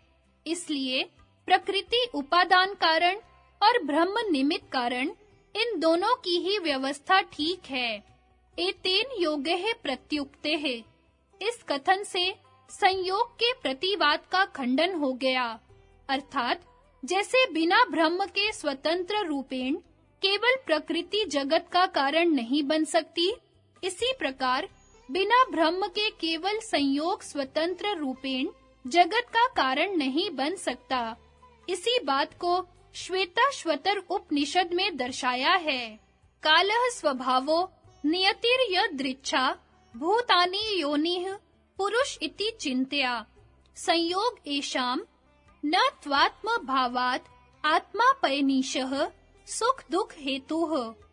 क्या काल या स्वभाव या नियति या यदृच्छा या स्थूलभूत कारण है अथवा जीवात्मा कारण है, यह विचारणीय है। इनका संयोग भी कारण नहीं हो सकता, क्योंकि वे अनात्म पदार्थ हैं और जीवात्मा भी समर्थ नहीं, क्योंकि वह स्वयं सुख दुख में पड़ा है। ते ध्यान योगानुगता अपश्यन् देवात्म शक्तिम स्वगुणे निर्गुणाम यह कारणानि निखिलानि तानि कालात्म युक्तान्य धितिष्ठ तेक्यः। उन्होंने ध्यान योग में लगकर उस परमात्मा की निज शक्ति को, जो कार्यों के अंदर छिपी हुई है, प्रत्यक्ष देखा। जो देव अकेला काल और जीवात्मा समेत इन सारे कारणों का अधिष्ठाता है, जिस योग को ब्रह्मा के साक्षात्कार का श्रुति स्पष्ट रूप में प्रशंसा के साथ मुख्य साधन बतलाती है, उसी योग की ब्रह्म सूत्र द्वारा निराकरण किए जाने की संभावना कितनी आश्चर्यजनक है। योग शिखोपनिषद अध्याय 1 में बतलाया है, ज्ञान निष्ठो विरक्तो अपि धर्मज्ञो विजितेन्द्रियेः विना देहे अपि योगेन न मोक्षम लभते विधे। हे विधे, साधक चाहे ज्ञान निष्ठ, विरक्त, धर्मज्ञ और जितेंद्रिय क्यों ना हो, तो भी योग बिना इस देह से मुक्ति लाभ न कर सकेगा। तीसरा प्रकरण, न्याय और वैशेषिक दर्शन। कणाद मुनि प्रवर्तित वैशेषिक दर्शन और गौतम मुनि प्रवर्तित न्याय दर्शन के सिद्धांत एक जैसे हैं। न्याय दर्शन एक प्रकार से वैशेषिक सिद्धांत की ही विस्तृत व्याख्या है, या यूं कहिए कि इन दोनों दर्शनों में एक ही फिलॉसफी है, जिसका पूर्वांग वैशेषिक है और उत्तरांग न्याय। इन दोनों दर्शनकारों का ठीक-ठीक समय निश्चय करना अति कठिन है, किंतु यह सिद्ध है कि ये दोनों भगवान कपिल और पतंजलि मुनि के पीछे हुए हैं, क्योंकि इन्होंने अतीन्द्रिय पदार्थों के वास्तविक स्वरूप को जानने के लिए योग का ही सहारा लिया है और व्यास तथा जैमिनी से पूर्व काल में हुए हैं, क्योंकि ब्रह्म सूत्र में उनके सिद्धांतों का वर्णन आया है। उन दोनों में कणाद गौतम से पहले हुए हैं, क्योंकि वैशेषिक दर्शन न्याय दर्शन की अपेक्षा अधिक प्राचीन समय का है। वैशेषिक दर्शन नामकरण। इस दर्शन का नाम वैशेषिक, कणाद तथा औलूक्य है।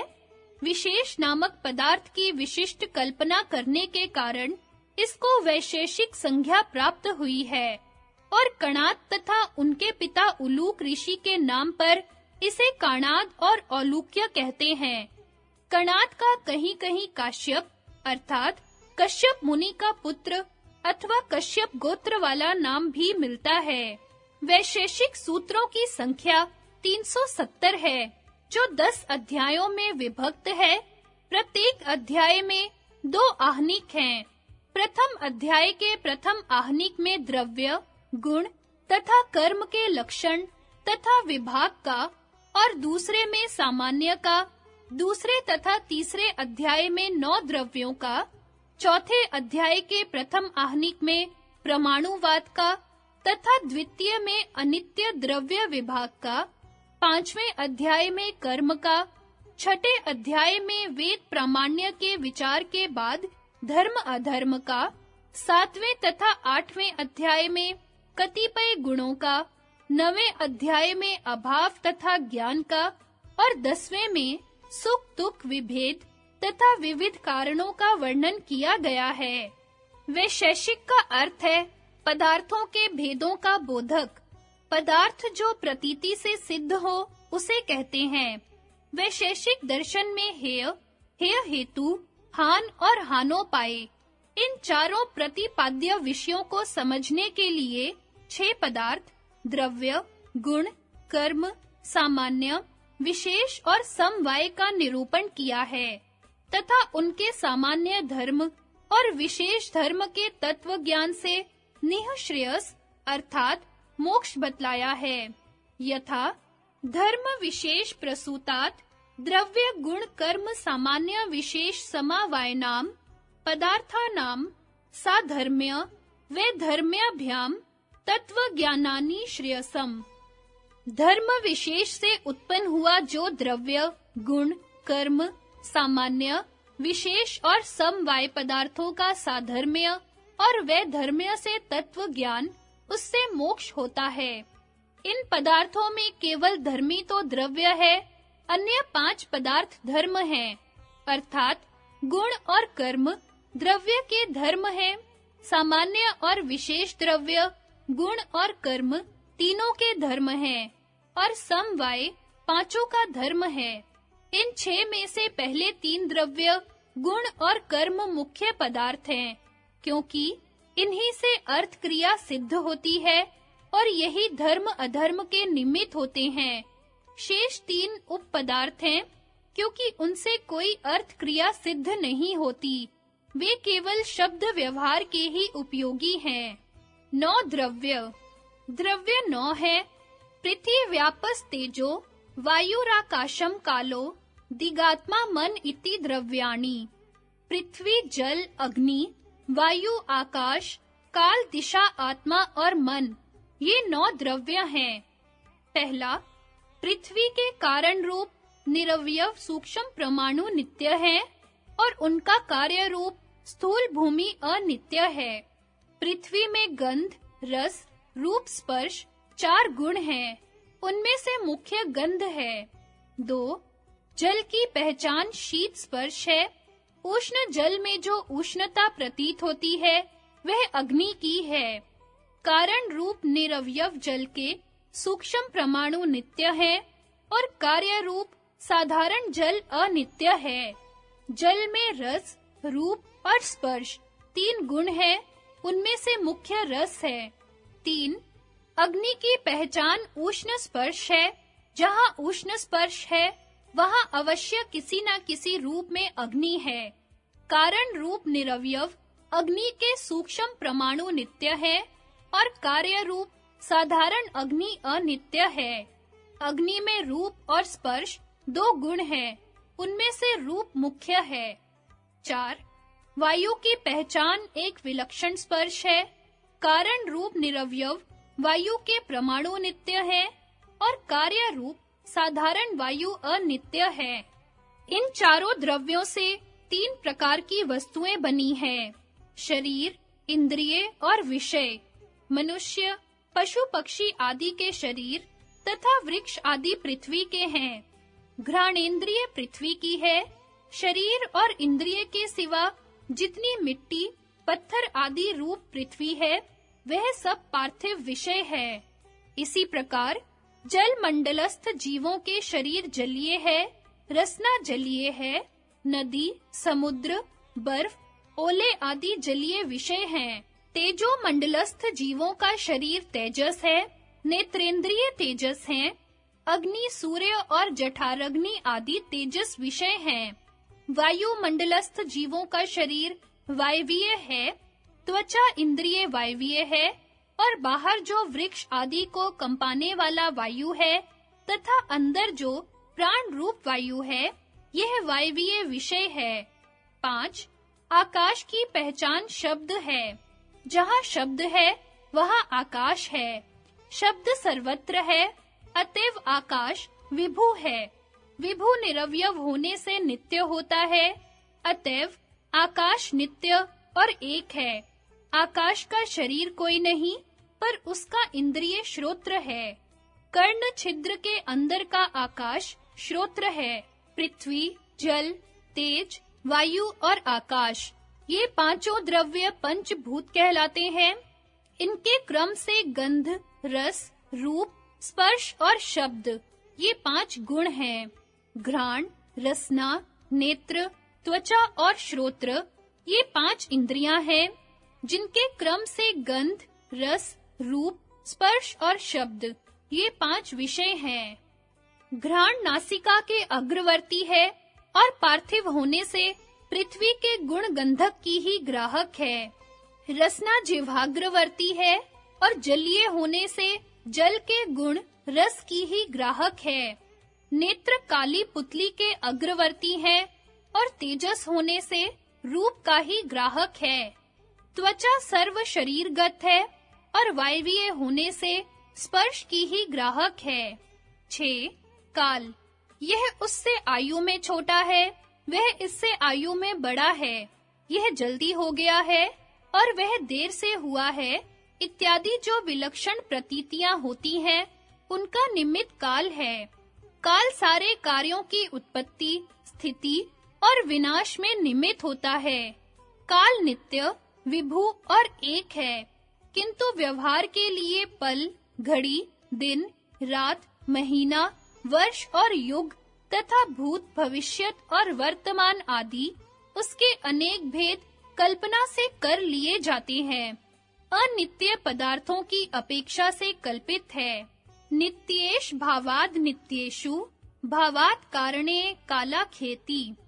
नित्यों में न होने से और अनित्यों में होने से कारण में काल संज्ञा है। यहाँ कारण में काल को भी गिना है।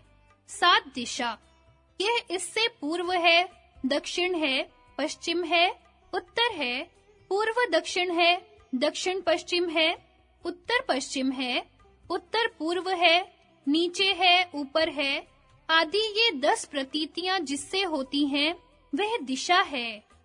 इत इदम इति यत् सद्दिश्यम लिंगम, यहाँ से यह पर है या अपर, यह प्रतीति जिससे होती है, वह दिशा का लिंग है। सारे कार्यों की उत्पत्ति, स्थिति और विनाश में कालवत दिशा भी निमित्त होती है। कालवत दिशा भी विभु है और एक है, किंतु व्यवहार के लिए उसके भी पूर्व आदि भेद कर लिए जाते हैं। परिच्छिन्न पदार्थों की अपेक्षा से कल्पित है। 8. आत्मा, आत्मा की पहचान चैतन्य है। ज्ञान शरीर का धर्म नहीं हो सकता, क्योंकि शरीर के कारण जो पृथ्वी आदि भूत हैं, उनमें ज्ञान नहीं। यदि उनमें ज्ञान होता, तो उनसे बने हुए घटादि में भी ज्ञान होता। ज्ञान इंद्रियों का भी गुण नहीं है, क्योंकि किसी इंद्रिय के नष्ट हो जाने पर भी उसके पहले अनुभव किए हुए विषय की स्मृति रहती है, और स्मृति उसी को होती है जिसने अनुभव किया हो। इसलिए यह अनुभव करने वाला इंद्रियों से भिन्न है। ज्ञान मन का गुण भी नहीं, क्योंकि मन जानने का साधन है, ज्ञाता नहीं। इसलिए परिशेष से ज्ञान आत्मा का गुण सिद्ध होता है। इससे आत्मा का अनुमान होता है। इसी प्रकार इच्छा, द्वेष, प्रयत्न, सुख, दुख भी शरीर से भिन्न आत्मा का अनुमान कराते हैं। हित की प्राप्ति और अहित के परिहार के लिए शरीर की चेष्टा भी इस बात को प्रकट करती है कि रथ में रथ के सारथी के सदृश अपने हित अहित को जानकर शरीर को चलाने वाला शरीर से पृथक उसका अधिष्ठाता आत्मा है। आकाशवत आत्मा भी विभु और नित्य है। विभुवान महानाकाशस्थता चात्मा, विभु धर्मवान महान है आकाश, वैसे आत्मा है। 9. मन जिस प्रकार बाह्य रूप आदि ज्ञान के साधन नेत्र आदि इंद्रियां हैं, उसी प्रकार सुख दुख आदि के ज्ञान का साधन जो इंद्रिय है, वह मन है। मन अणु है। तद्भावादणु मनः, उसके अर्थात विभुत्व के अभाव से मन अणु है। इस प्रकार द्रव्य 9 ही है, यद्यपि तम काले रंग का और चलता हुआ प्रतीत होता है, तथापि वस्तुतः वह कोई द्रव्य नहीं। प्रकाश का अभाव ही तम है। प्रकाश के न होने से न दिखना ही उसमें कालापन है। यदि वास्तव में उसका कोई अपना रंग होता तो प्रकाश के साथ दिखता। जो चलता हुआ प्रतीत होता है, वास्तव में वह अंधेरा नहीं चलता, किंतु प्रकाश के आगे-आगे चलने से अंधेरा चलता हुआ प्रतीत होता है, जैसे पुरुष के चलने से छाया चलती हुई प्रतीत होती है। 24 गुण 24 हैं: रूप, रस, गंध, स्पर्श, संख्या, परिमाण, पृथक्त्व, संयोग, विभाग, परत्व, अपरत्व, गुरुत्व, द्रवत्व, स्नेह, शब्द, बुद्धि, सुख, दुख, इच्छा, द्वेष, प्रयत्न, धर्म, अधर्म और संस्कार। पहला, रूप। रूप श्वेत, नीला, पीला आदि कई प्रकार का है। यह नेत्र से ग्राह्य है। पृथ्वी, जल और अग्नि में द्रव्य आदि का प्रत्यक्ष कराने वाला है। 2. रस। रस मधुर, अमल, लवण, कटु, तिक्त और कषाय भेद से 6 प्रकार का है। यह रस नेन्द्रिय से ग्राह्य है। 3. गंध। गंध सुगंध और दुर्गंध भेद से 2 प्रकार का है और घ्राणेन्द्रिय से ग्राह्य है। यह केवल पृथ्वी में रहती है। 4. स्पर्श। स्पर्श 3 प्रकार का है: शीत, उष्ण, अनुष्णा शीत। यह त्वगिंद्रिय से ग्राह्य है और पृथ्वी, जल, तेज और वायु में रहता है। रूप, रस, गंध और स्पर्श पृथ्वी में ये चारों गुण हैं। जल में गंध नहीं, शेष तीनों हैं। अग्नि में गंध और रस नहीं, शेष 2 हैं। और वायु में रूप भी नहीं, केवल स्पर्श है। 5. संख्या। वह 1 है, 2 है इत्यादि व्यवहार का हेतु संख्या है। संख्या एक द्रव्य के आश्रय भी है, जैसे यह एक वृक्ष है और अनेक द्रव्यों के भी, जैसे ये 2 वृक्ष हैं। एकत्व संख्या नित्य द्रव्यों में नित्य है, क्योंकि नित्य द्रव्यों के सदा बने रहने से एकत्व संख्या भी सदा बनी रहती है।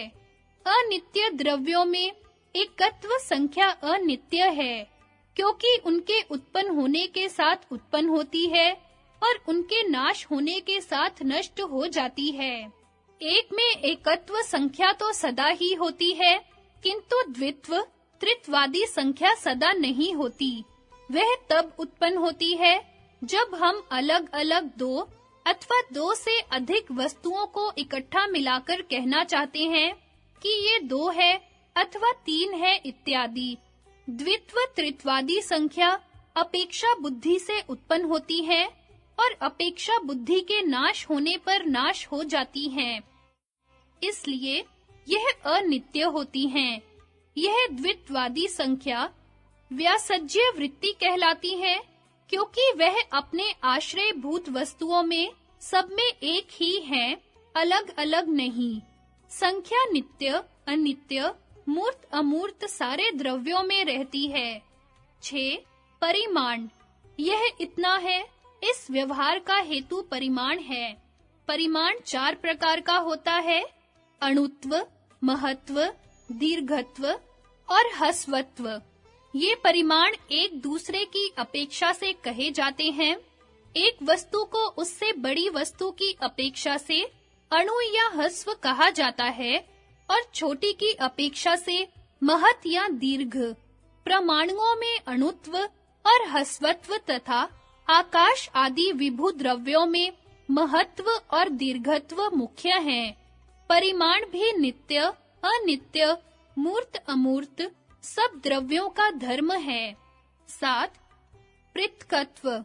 यह इससे पृथक है। इस व्यवहार का हेतु पृथक्त्व है। यह भी सब द्रव्यों का धर्म है। संख्यावत एक पृथक्त्व नित्य द्रव्यों में नित्य होता है और अनित्यों में अनित्य। क्योंकि आश्रय के नाश से उसका नाश आवश्यक है। 8. संयोग। यह संयुक्त है, इस प्रतीति का निमित्त संयोग है। यह 3 प्रकार का होता है। अन्यत्र कर्मज अर्थात संयुक्त होने वाले 2 पदार्थों में से एक के कर्म से उत्पन्न होने वाला, जैसे शयन पक्षी और पर्वत का संयोग। उभय कर्मज अर्थात दोनों के कर्म से उत्पन्न होने वाला, जैसे 2 मेंढों का संयोग।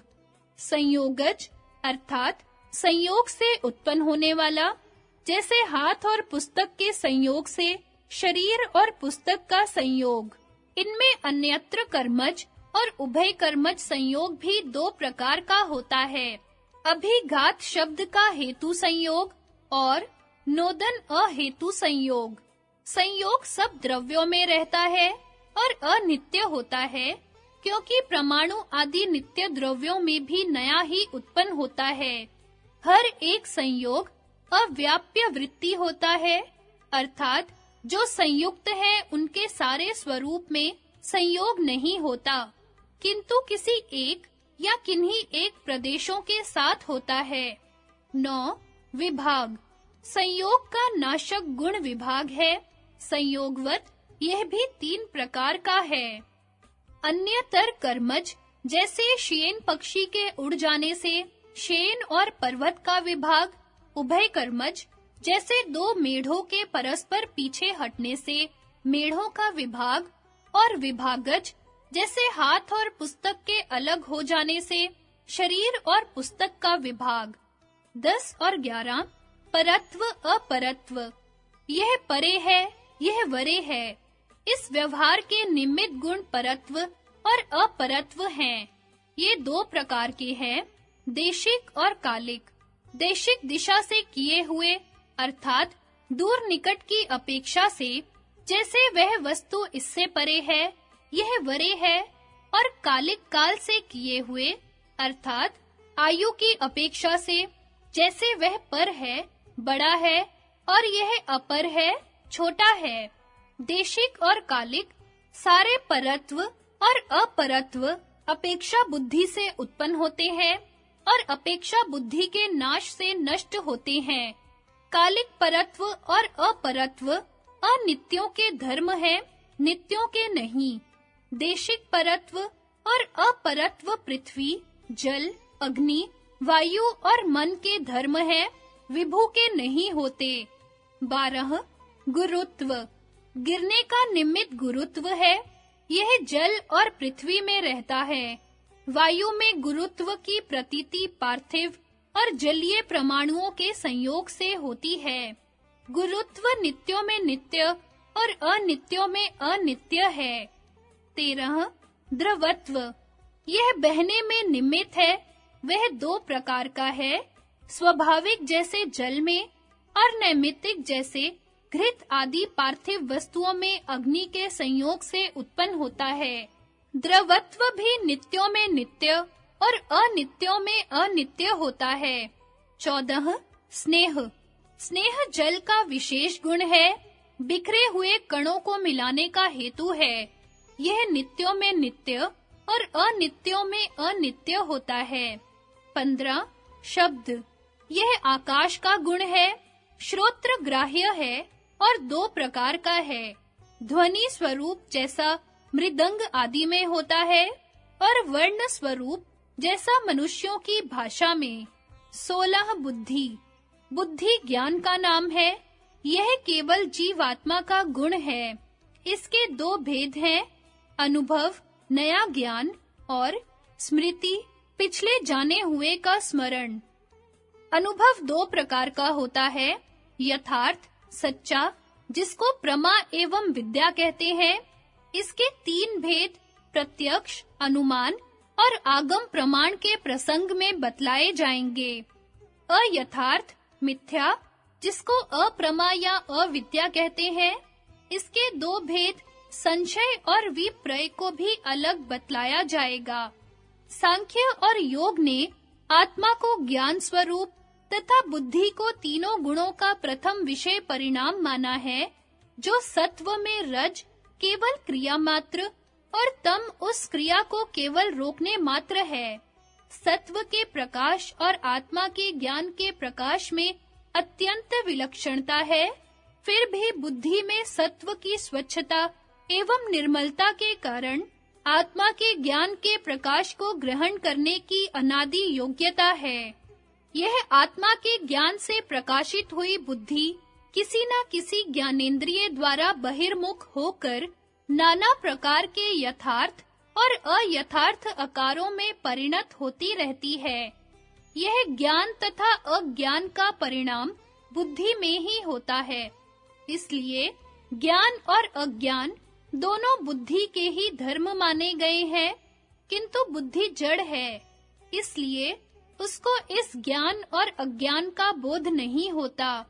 उसका बोध आत्मा को होता है, क्योंकि बुद्धि में वृत्ति रूप से यह नाना प्रकार का ज्ञान और अज्ञान का परिणाम उसी के ज्ञान के प्रकाश में हो रहा है।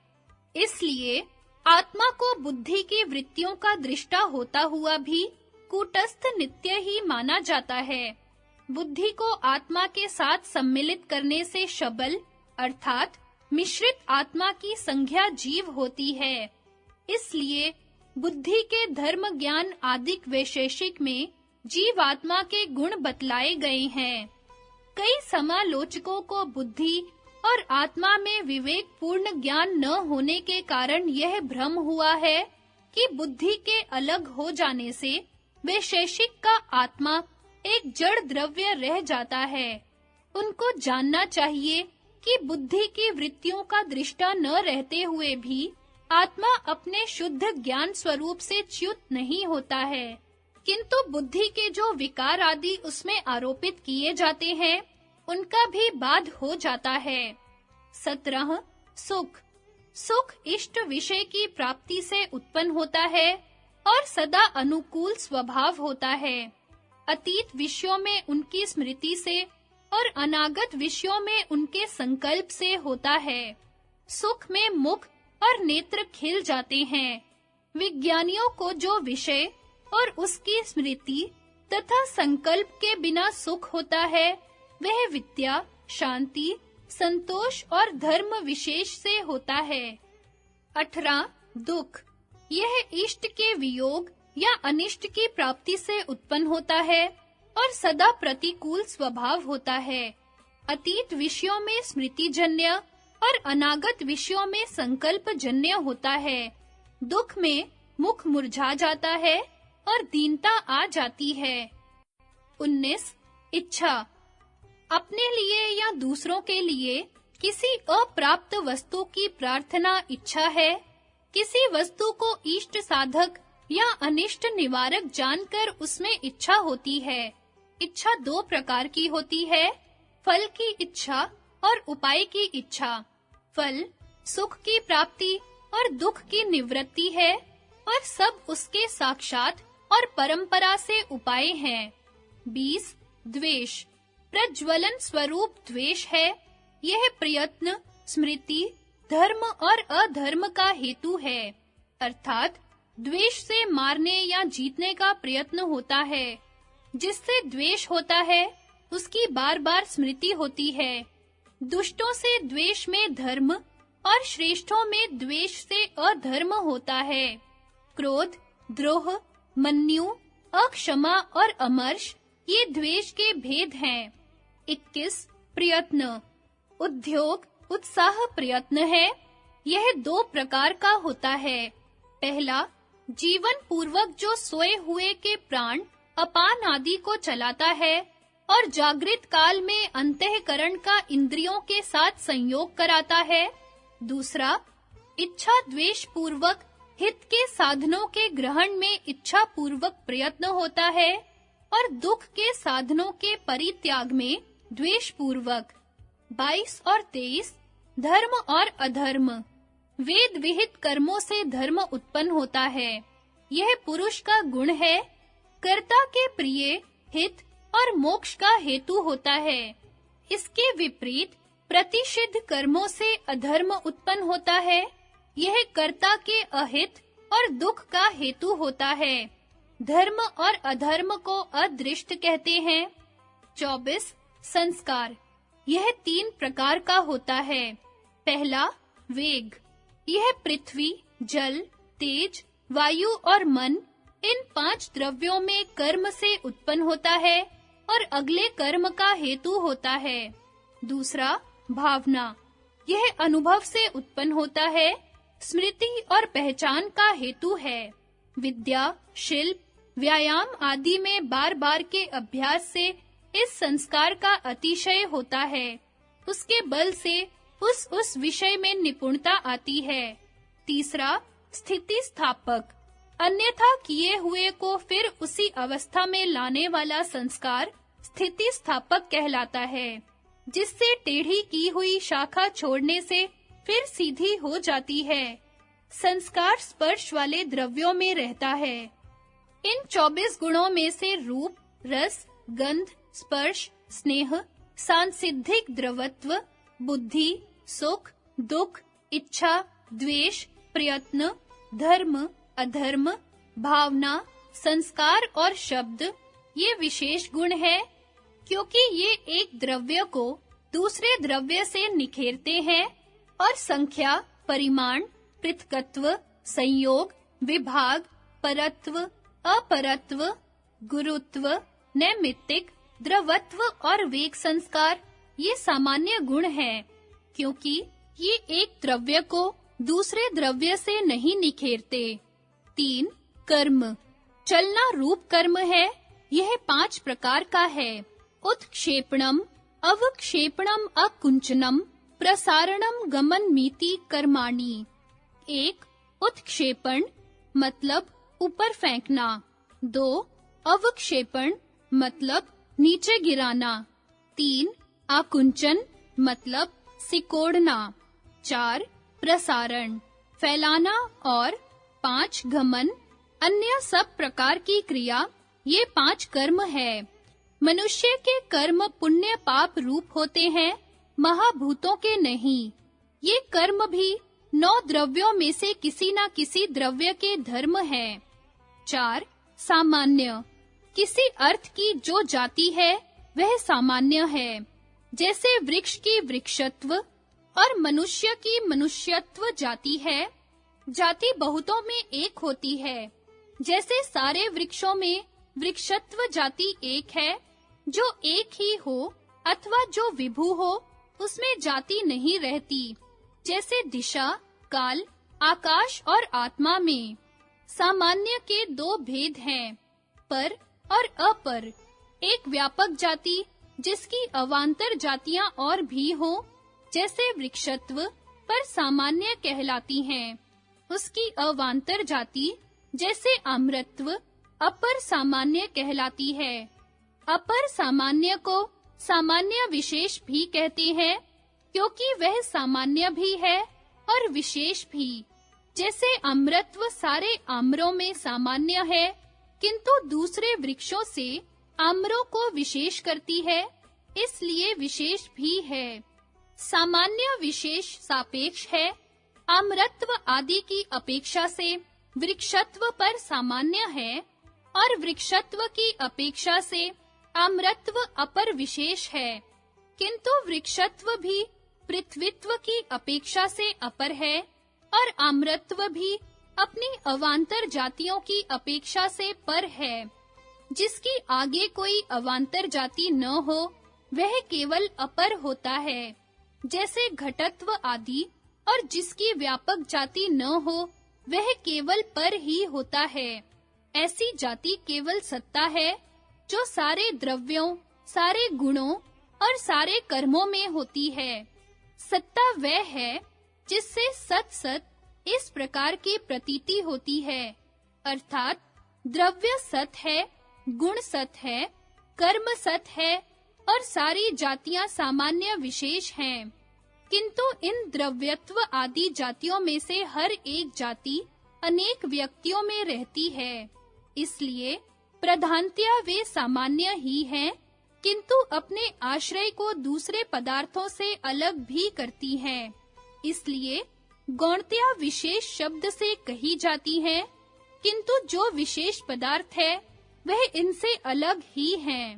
5 विशेष, जैसे घोड़े से गौ में विलक्षण प्रतीति जाति निमित्तिक होती है और एक गौ से दूसरी गौ में विलक्षण प्रतीति का निमित्त रूप आदि या अवयवों की बनावट आदि का भेद है, इसी प्रकार योगियों को एक ही जाति, गुण और कर्म वाले परमाणुओं में जो एक दूसरे से विलक्षण प्रतीति होती है, उसका भी कोई निमित्त होना चाहिए।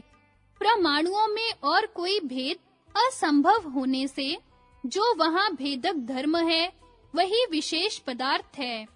वह विशेष सारे नित्य द्रव्यों में रहता है, क्योंकि अनित्य द्रव्यों में और गुण कर्म आदि में तो आश्रय के भेद से भेद कहा जा सकता है, किंतु नित्य द्रव्यों में नहीं। इसलिए हर एक नित्य द्रव्य में एक-एक विशेष होता है, जिससे वे एक दूसरे से विलक्षण प्रतीत होते हैं, और देश काल के भेद में भी यह वही परमाणु है। यह पहचान जो योगियों की होती है, इसका निमित्त भी विशेष पदार्थ है, अर्थात पहचान और विलक्षण प्रतीति किसी निमित्त से होती है, जैसे गौ में गोत्व जाति से और शुक्ल में शुक्लत्व गुण से, और वह निमित्त परमाणुओं में कोई और न होने से उनमें भी अवश्य कोई अलग ऐसा पदार्थ है जो पहचान और विलक्षण प्रतीति का निमित्त है, वही विशेष पदार्थ है। इस विशेष पदार्थ का पता इसी दर्शन ने लगाया है, इसीलिए इसको वैशेषिक कहते हैं। 6. समवाय। संबंध सदा दो में होता है, जैसे कुंडे और दही का संबंध है। इनमें से दही कुंडे से और कुंडा दही से अलग भी रहता है, ऐसे संबंध को संयोग कहते हैं।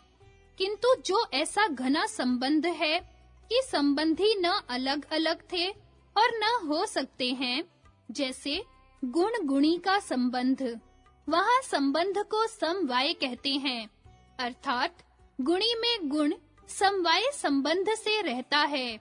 इसी प्रकार अवयवों में अवयवी क्रिया वालों में क्रिया, व्यक्ति में जाति और नित्य द्रव्यों में विशेष समवाय संबंध से रहता है। अभाव पदार्थ। पिछले वैशेषिक आचार्यों ने उपर्युक्त 6 भाव पदार्थों के अतिरिक्त अभाव भी एक अलग पदार्थ निरूपण किया है।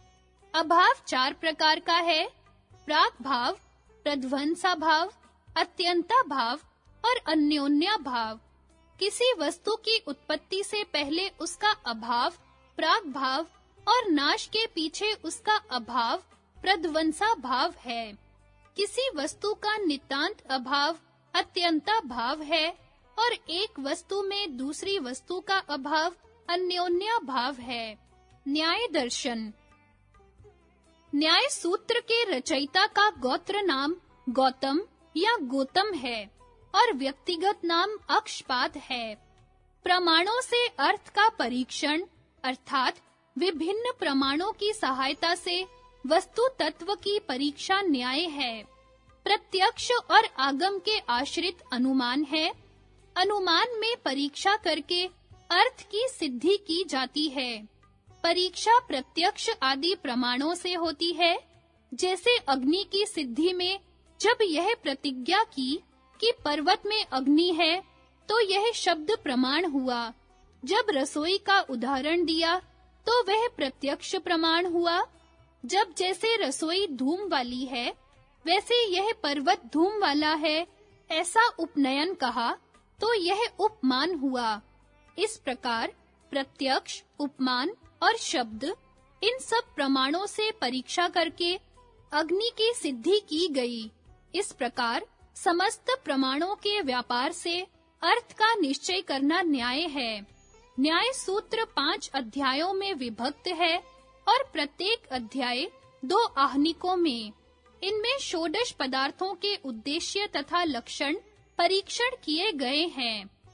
प्रमाण, प्रमेय, संशय, प्रयोजन, दृष्टांत, सिद्धांत, अवयव, तर्क, निर्णय, वाद, चलप, वितंडा, हेत्व, भाषा, छल, जाति, निग्रह, स्थानानाम, तत्व ज्ञानानि, श्रेय साधिगमः। प्रमाण, प्रमेय, संशय, प्रयोजन, दृष्टांत, सिद्धांत, अवयव, तर्क, निर्णय, वाद, जल्प, वितंडा, हेत्वाभास, छल, जाति और निग्रह स्थान, इनके तत्व ज्ञान से मोक्ष की प्राप्ति होती है। इनमें से प्रमेय के तत्व ज्ञान से मोक्ष मिलता है और प्रमाण आदि पदार्थ उस तत्व ज्ञान के साधन हैं। यथार्थ ज्ञान का साधन प्रमाण है, जानने वाला प्रमाता, ज्ञान प्रमिति, और जिस वस्तु को जानना है वह प्रमेय कहलाती है। न्याय दर्शन के अनुसार 4 मुख्य प्रमाण हैं। 1 प्रत्यक्ष, 2 अनुमान, 3 उपमान, 4 आगम। 1 प्रत्यक्ष प्रमाण, इंद्रियों और अर्थ के संबंध से उत्पन्न हुआ जो अशब्द, अव्यभिचारी और निश्चयात्मक हो वह प्रत्यक्ष प्रमाण है।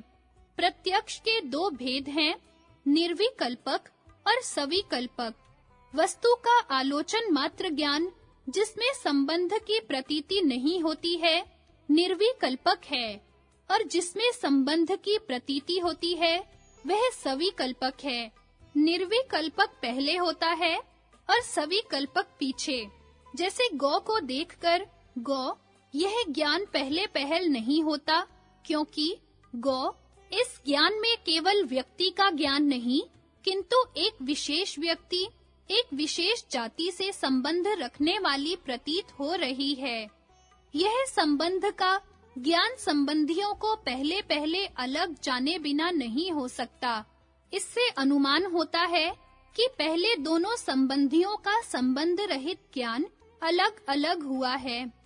पीछे यह गौ है, यह ज्ञान हुआ है। इनमें से पहला निर्विकल्पक है, पीछे जो संबंध को प्रकट करने वाला ज्ञान हुआ है वह सविकल्पक है। निर्विकल्पक कहने में नहीं आता, वह ऐसा ही प्रत्यक्ष है जैसे बालक या गूंगे को होता है। इसके विपरीत सविकल्पक कहने सुनने में आता है। दूसरा अनुमान प्रमाण, साधन साध्य, लिंग लिंगी अथवा कार्य कारण के संबंध से जो ज्ञान उत्पन्न हो उसे अनुमान कहते हैं। जहाँ व्याप्ति अर्थात साहचर्य का नियम पाया जाता है वहीं अनुमान होता है। धूम अग्नि के बिना नहीं होता, इसलिए धूम से अग्नि का अनुमान होता है। पर अग्नि बिना धूम के भी होती है, इसलिए अग्नि से धूम का अनुमान नहीं होता। जिसके द्वारा अनुमान करते हैं उसको लिंग कहते हैं, और जिसका अनुमान होता है उसको लिंगी। इस प्रकार धूम लिंग है और अग्नि लिंगी। लिंगी वह होता है जो व्यापक हो। जहाँ धूम है वहाँ अग्नि अवश्य है। धूम में अग्नि की व्यापकता है। ऐसा होने से ही अनुमान हो सकता है। यदि बिना अग्नि के भी धूम होता तो उससे अग्नि का अनुमान न होता, जैसे अग्नि बिना धूम के भी होती है। अतएव अग्नि से धूम का अनुमान नहीं हो सकता। इसलिए जहाँ व्याप्ति है वहीं अनुमान होता है, चाहे वह समव्याप्ति हो चाहे विषम व्याप्ति हो। समव्याप्ति जैसे गंध और पृथ्वीत्व की है। जहाँ गंध है वहीं पृथ्वीत्व है, और जहाँ पृथ्वीत्व है वहीं गंध है। और विषम व्याप्ति जैसे अग्नि और धूम की है, क्योंकि जहाँ धूम है वहीं अग्नि है, यह ही नियम है। पर जहाँ अग्नि है वहाँ धूम भी हो, यह नियम नहीं है। अनुमान 3 प्रकार का है, पूर्ववत, शेषवत और सामान्यतो दृष्ट। पहला पूर्ववत, जहाँ प्रत्यक्ष भूत लिंग लिंगी में से एक के देखने से दूसरे का अनुमान हो, जैसे धूम से अग्नि का। यहाँ दोनों प्रत्यक्ष के विषय हैं, अर्थात यहाँ अनुमेय जो अग्नि है वह भी रसोई आदि में विशेष रूप से प्रत्यक्ष हो चुका है। दूसरा शेषवत, जहाँ-जहाँ प्रसंग जा सकता है वहाँ से हटाकर शेष बचे हुए का अनुमान शेषवत है। जैसे शब्द किसका गुण है, इस विचार में सारे द्रव्यों का प्रसंग आता है। उनमें से किसी का भी गुण न होने से परिशेष से यह आकाश का लिंग है। यही परिशेषानुमान शेषवत कहलाता है। तीसरा, सामान्य तो दृष्ट, जो सामान्य रूप से देखा गया हो पर विशेष रूप से न देखा गया हो, वह वहाँ होता है जहाँ लिंगी को पहले प्रत्यक्ष देखा हुआ न हो, जैसे देखने सुनने आदि क्रियाओं से इंद्रियों का अनुमान। क्रिया का कोई साधन अवश्य होता है, जैसे छेदने का कुल्हाड़ा। इसी प्रकार देखना सुनना आदि क्रिया है, उनका भी कोई करण अवश्य होना चाहिए। यहाँ जो करण है वही इंद्रिय है। यद्यपि सामान्य रूप से यह देखा गया है कि जो क्रिया होती है उसका कोई करण अवश्य होता है, जैसे छेदने आदि में कुल्हाड़ा, पर जैसे करण का यहाँ अनुमान करना है, अर्थात इंद्रिय रूप, वैसा करण कभी भी देखा नहीं गया, इसलिए यह अनुमान सामान्य तो दृष्ट है। इसी प्रकार जगत की रचना से इसको रचने वाले का ज्ञान सामान्य तो दृष्ट है। तीसरा, उपमान प्रमाण, प्रसिद्ध सादृश्य से संज्ञा संघी के संबंध का ज्ञान उपमान है। यथा, जो गव्य को नहीं जानता, वह यह सुनकर कि जैसी गौ वैसी गव्य वन में जाए और गौ सदृश व्यक्ति को देखे, तो उसको यह ज्ञान होगा कि यह गव्य है। यहाँ गव्य व्यक्ति प्रत्यक्ष है, पर यह ज्ञान है, इसका नाम गव्य है, प्रत्यक्ष नहीं। यदि यह भी प्रत्यक्ष होता तो सभी को प्रतीत हो जाता। यह ज्ञान अनुमान से भी नहीं हुआ, क्योंकि संज्ञा का कोई लिंग नहीं होता। शब्द से भी नहीं हुआ, क्योंकि यह किसी ने बतलाया नहीं। इसलिए जिससे यह ज्ञान हुआ है वह एक अलग ही उपमान प्रमाण है। चौथा, आगम प्रमाण। आप्त के उपदेश को शब्द प्रमाण कहते हैं। अर्थ के साक्षात करने वाले और यथादृष्ट का उपदेश करने वाले का नाम आप्त है। शब्द प्रमाण दो प्रकार का है, दृष्ट अर्थ और अदृष्ट अर्थ। जिस आप्त उपदेश का अर्थ यहाँ देखा जाता है वह दृष्ट अर्थ है। जिसका अर्थ यहाँ नहीं देखा जाता, जैसे स्वर्ग आदि, वह अदृष्ट अर्थ है। लौकिक वाक्य दृष्टार्थ है, वैदिक वाक्य प्राय अदृष्टार्थ। न्याय दर्शन में ऐसे पदार्थों को जिनके न्याय द्वारा तत्व ज्ञान से निःश्रेयस हो सकता है, 16 की संख्या में विभक्त किया गया है। पहला, प्रमाण। ये 4 हैं, इनका वर्णन ऊपर कर दिया गया है। दूसरा, प्रमेय। ये 12 हैं, इनका वर्णन आगे किया जाएगा। 3, संशय। समान धर्म की प्रतीति से, अनेकों के धर्म की प्रतीति से, विप्रतिपत्ति से, उपलब्धि की अव्यवस्था से और अनुपलब्धि की अव्यवस्था से विशेष की आकांक्षा वाला विचार संशय है। संशय का साधारण लक्षण एक धर्मों में विरुद्ध नाना धर्मों का ज्ञान समझना चाहिए। 4, प्रयोजन। जिस अर्थ को लक्ष्य में रखकर किसी विषय में प्रवृत्त होना है, वह प्रयोजन है। 5, दृष्टांत। लौकिक और परीक्षकों की बुद्धि की जिस अर्थ में समता हो, वह दृष्टांत है। जैसे अग्नि के अनुमान में रसोई। दृष्टांत के विरोध से ही पर पक्ष खंडनीय होता है और दृष्टांत के समाधान से ही स्वपक्ष स्थापनीय होता है। 6 सिद्धांत। शास्त्र के आधार पर अर्थों के मानने की व्यवस्था सिद्धांत है। सिद्धांत 4 प्रकार का है। सर्वतंत्र सिद्धांत, जो सारे शास्त्रों का सिद्धांत हो, अर्थात जिसमें किसी शास्त्र का विरोध न हो।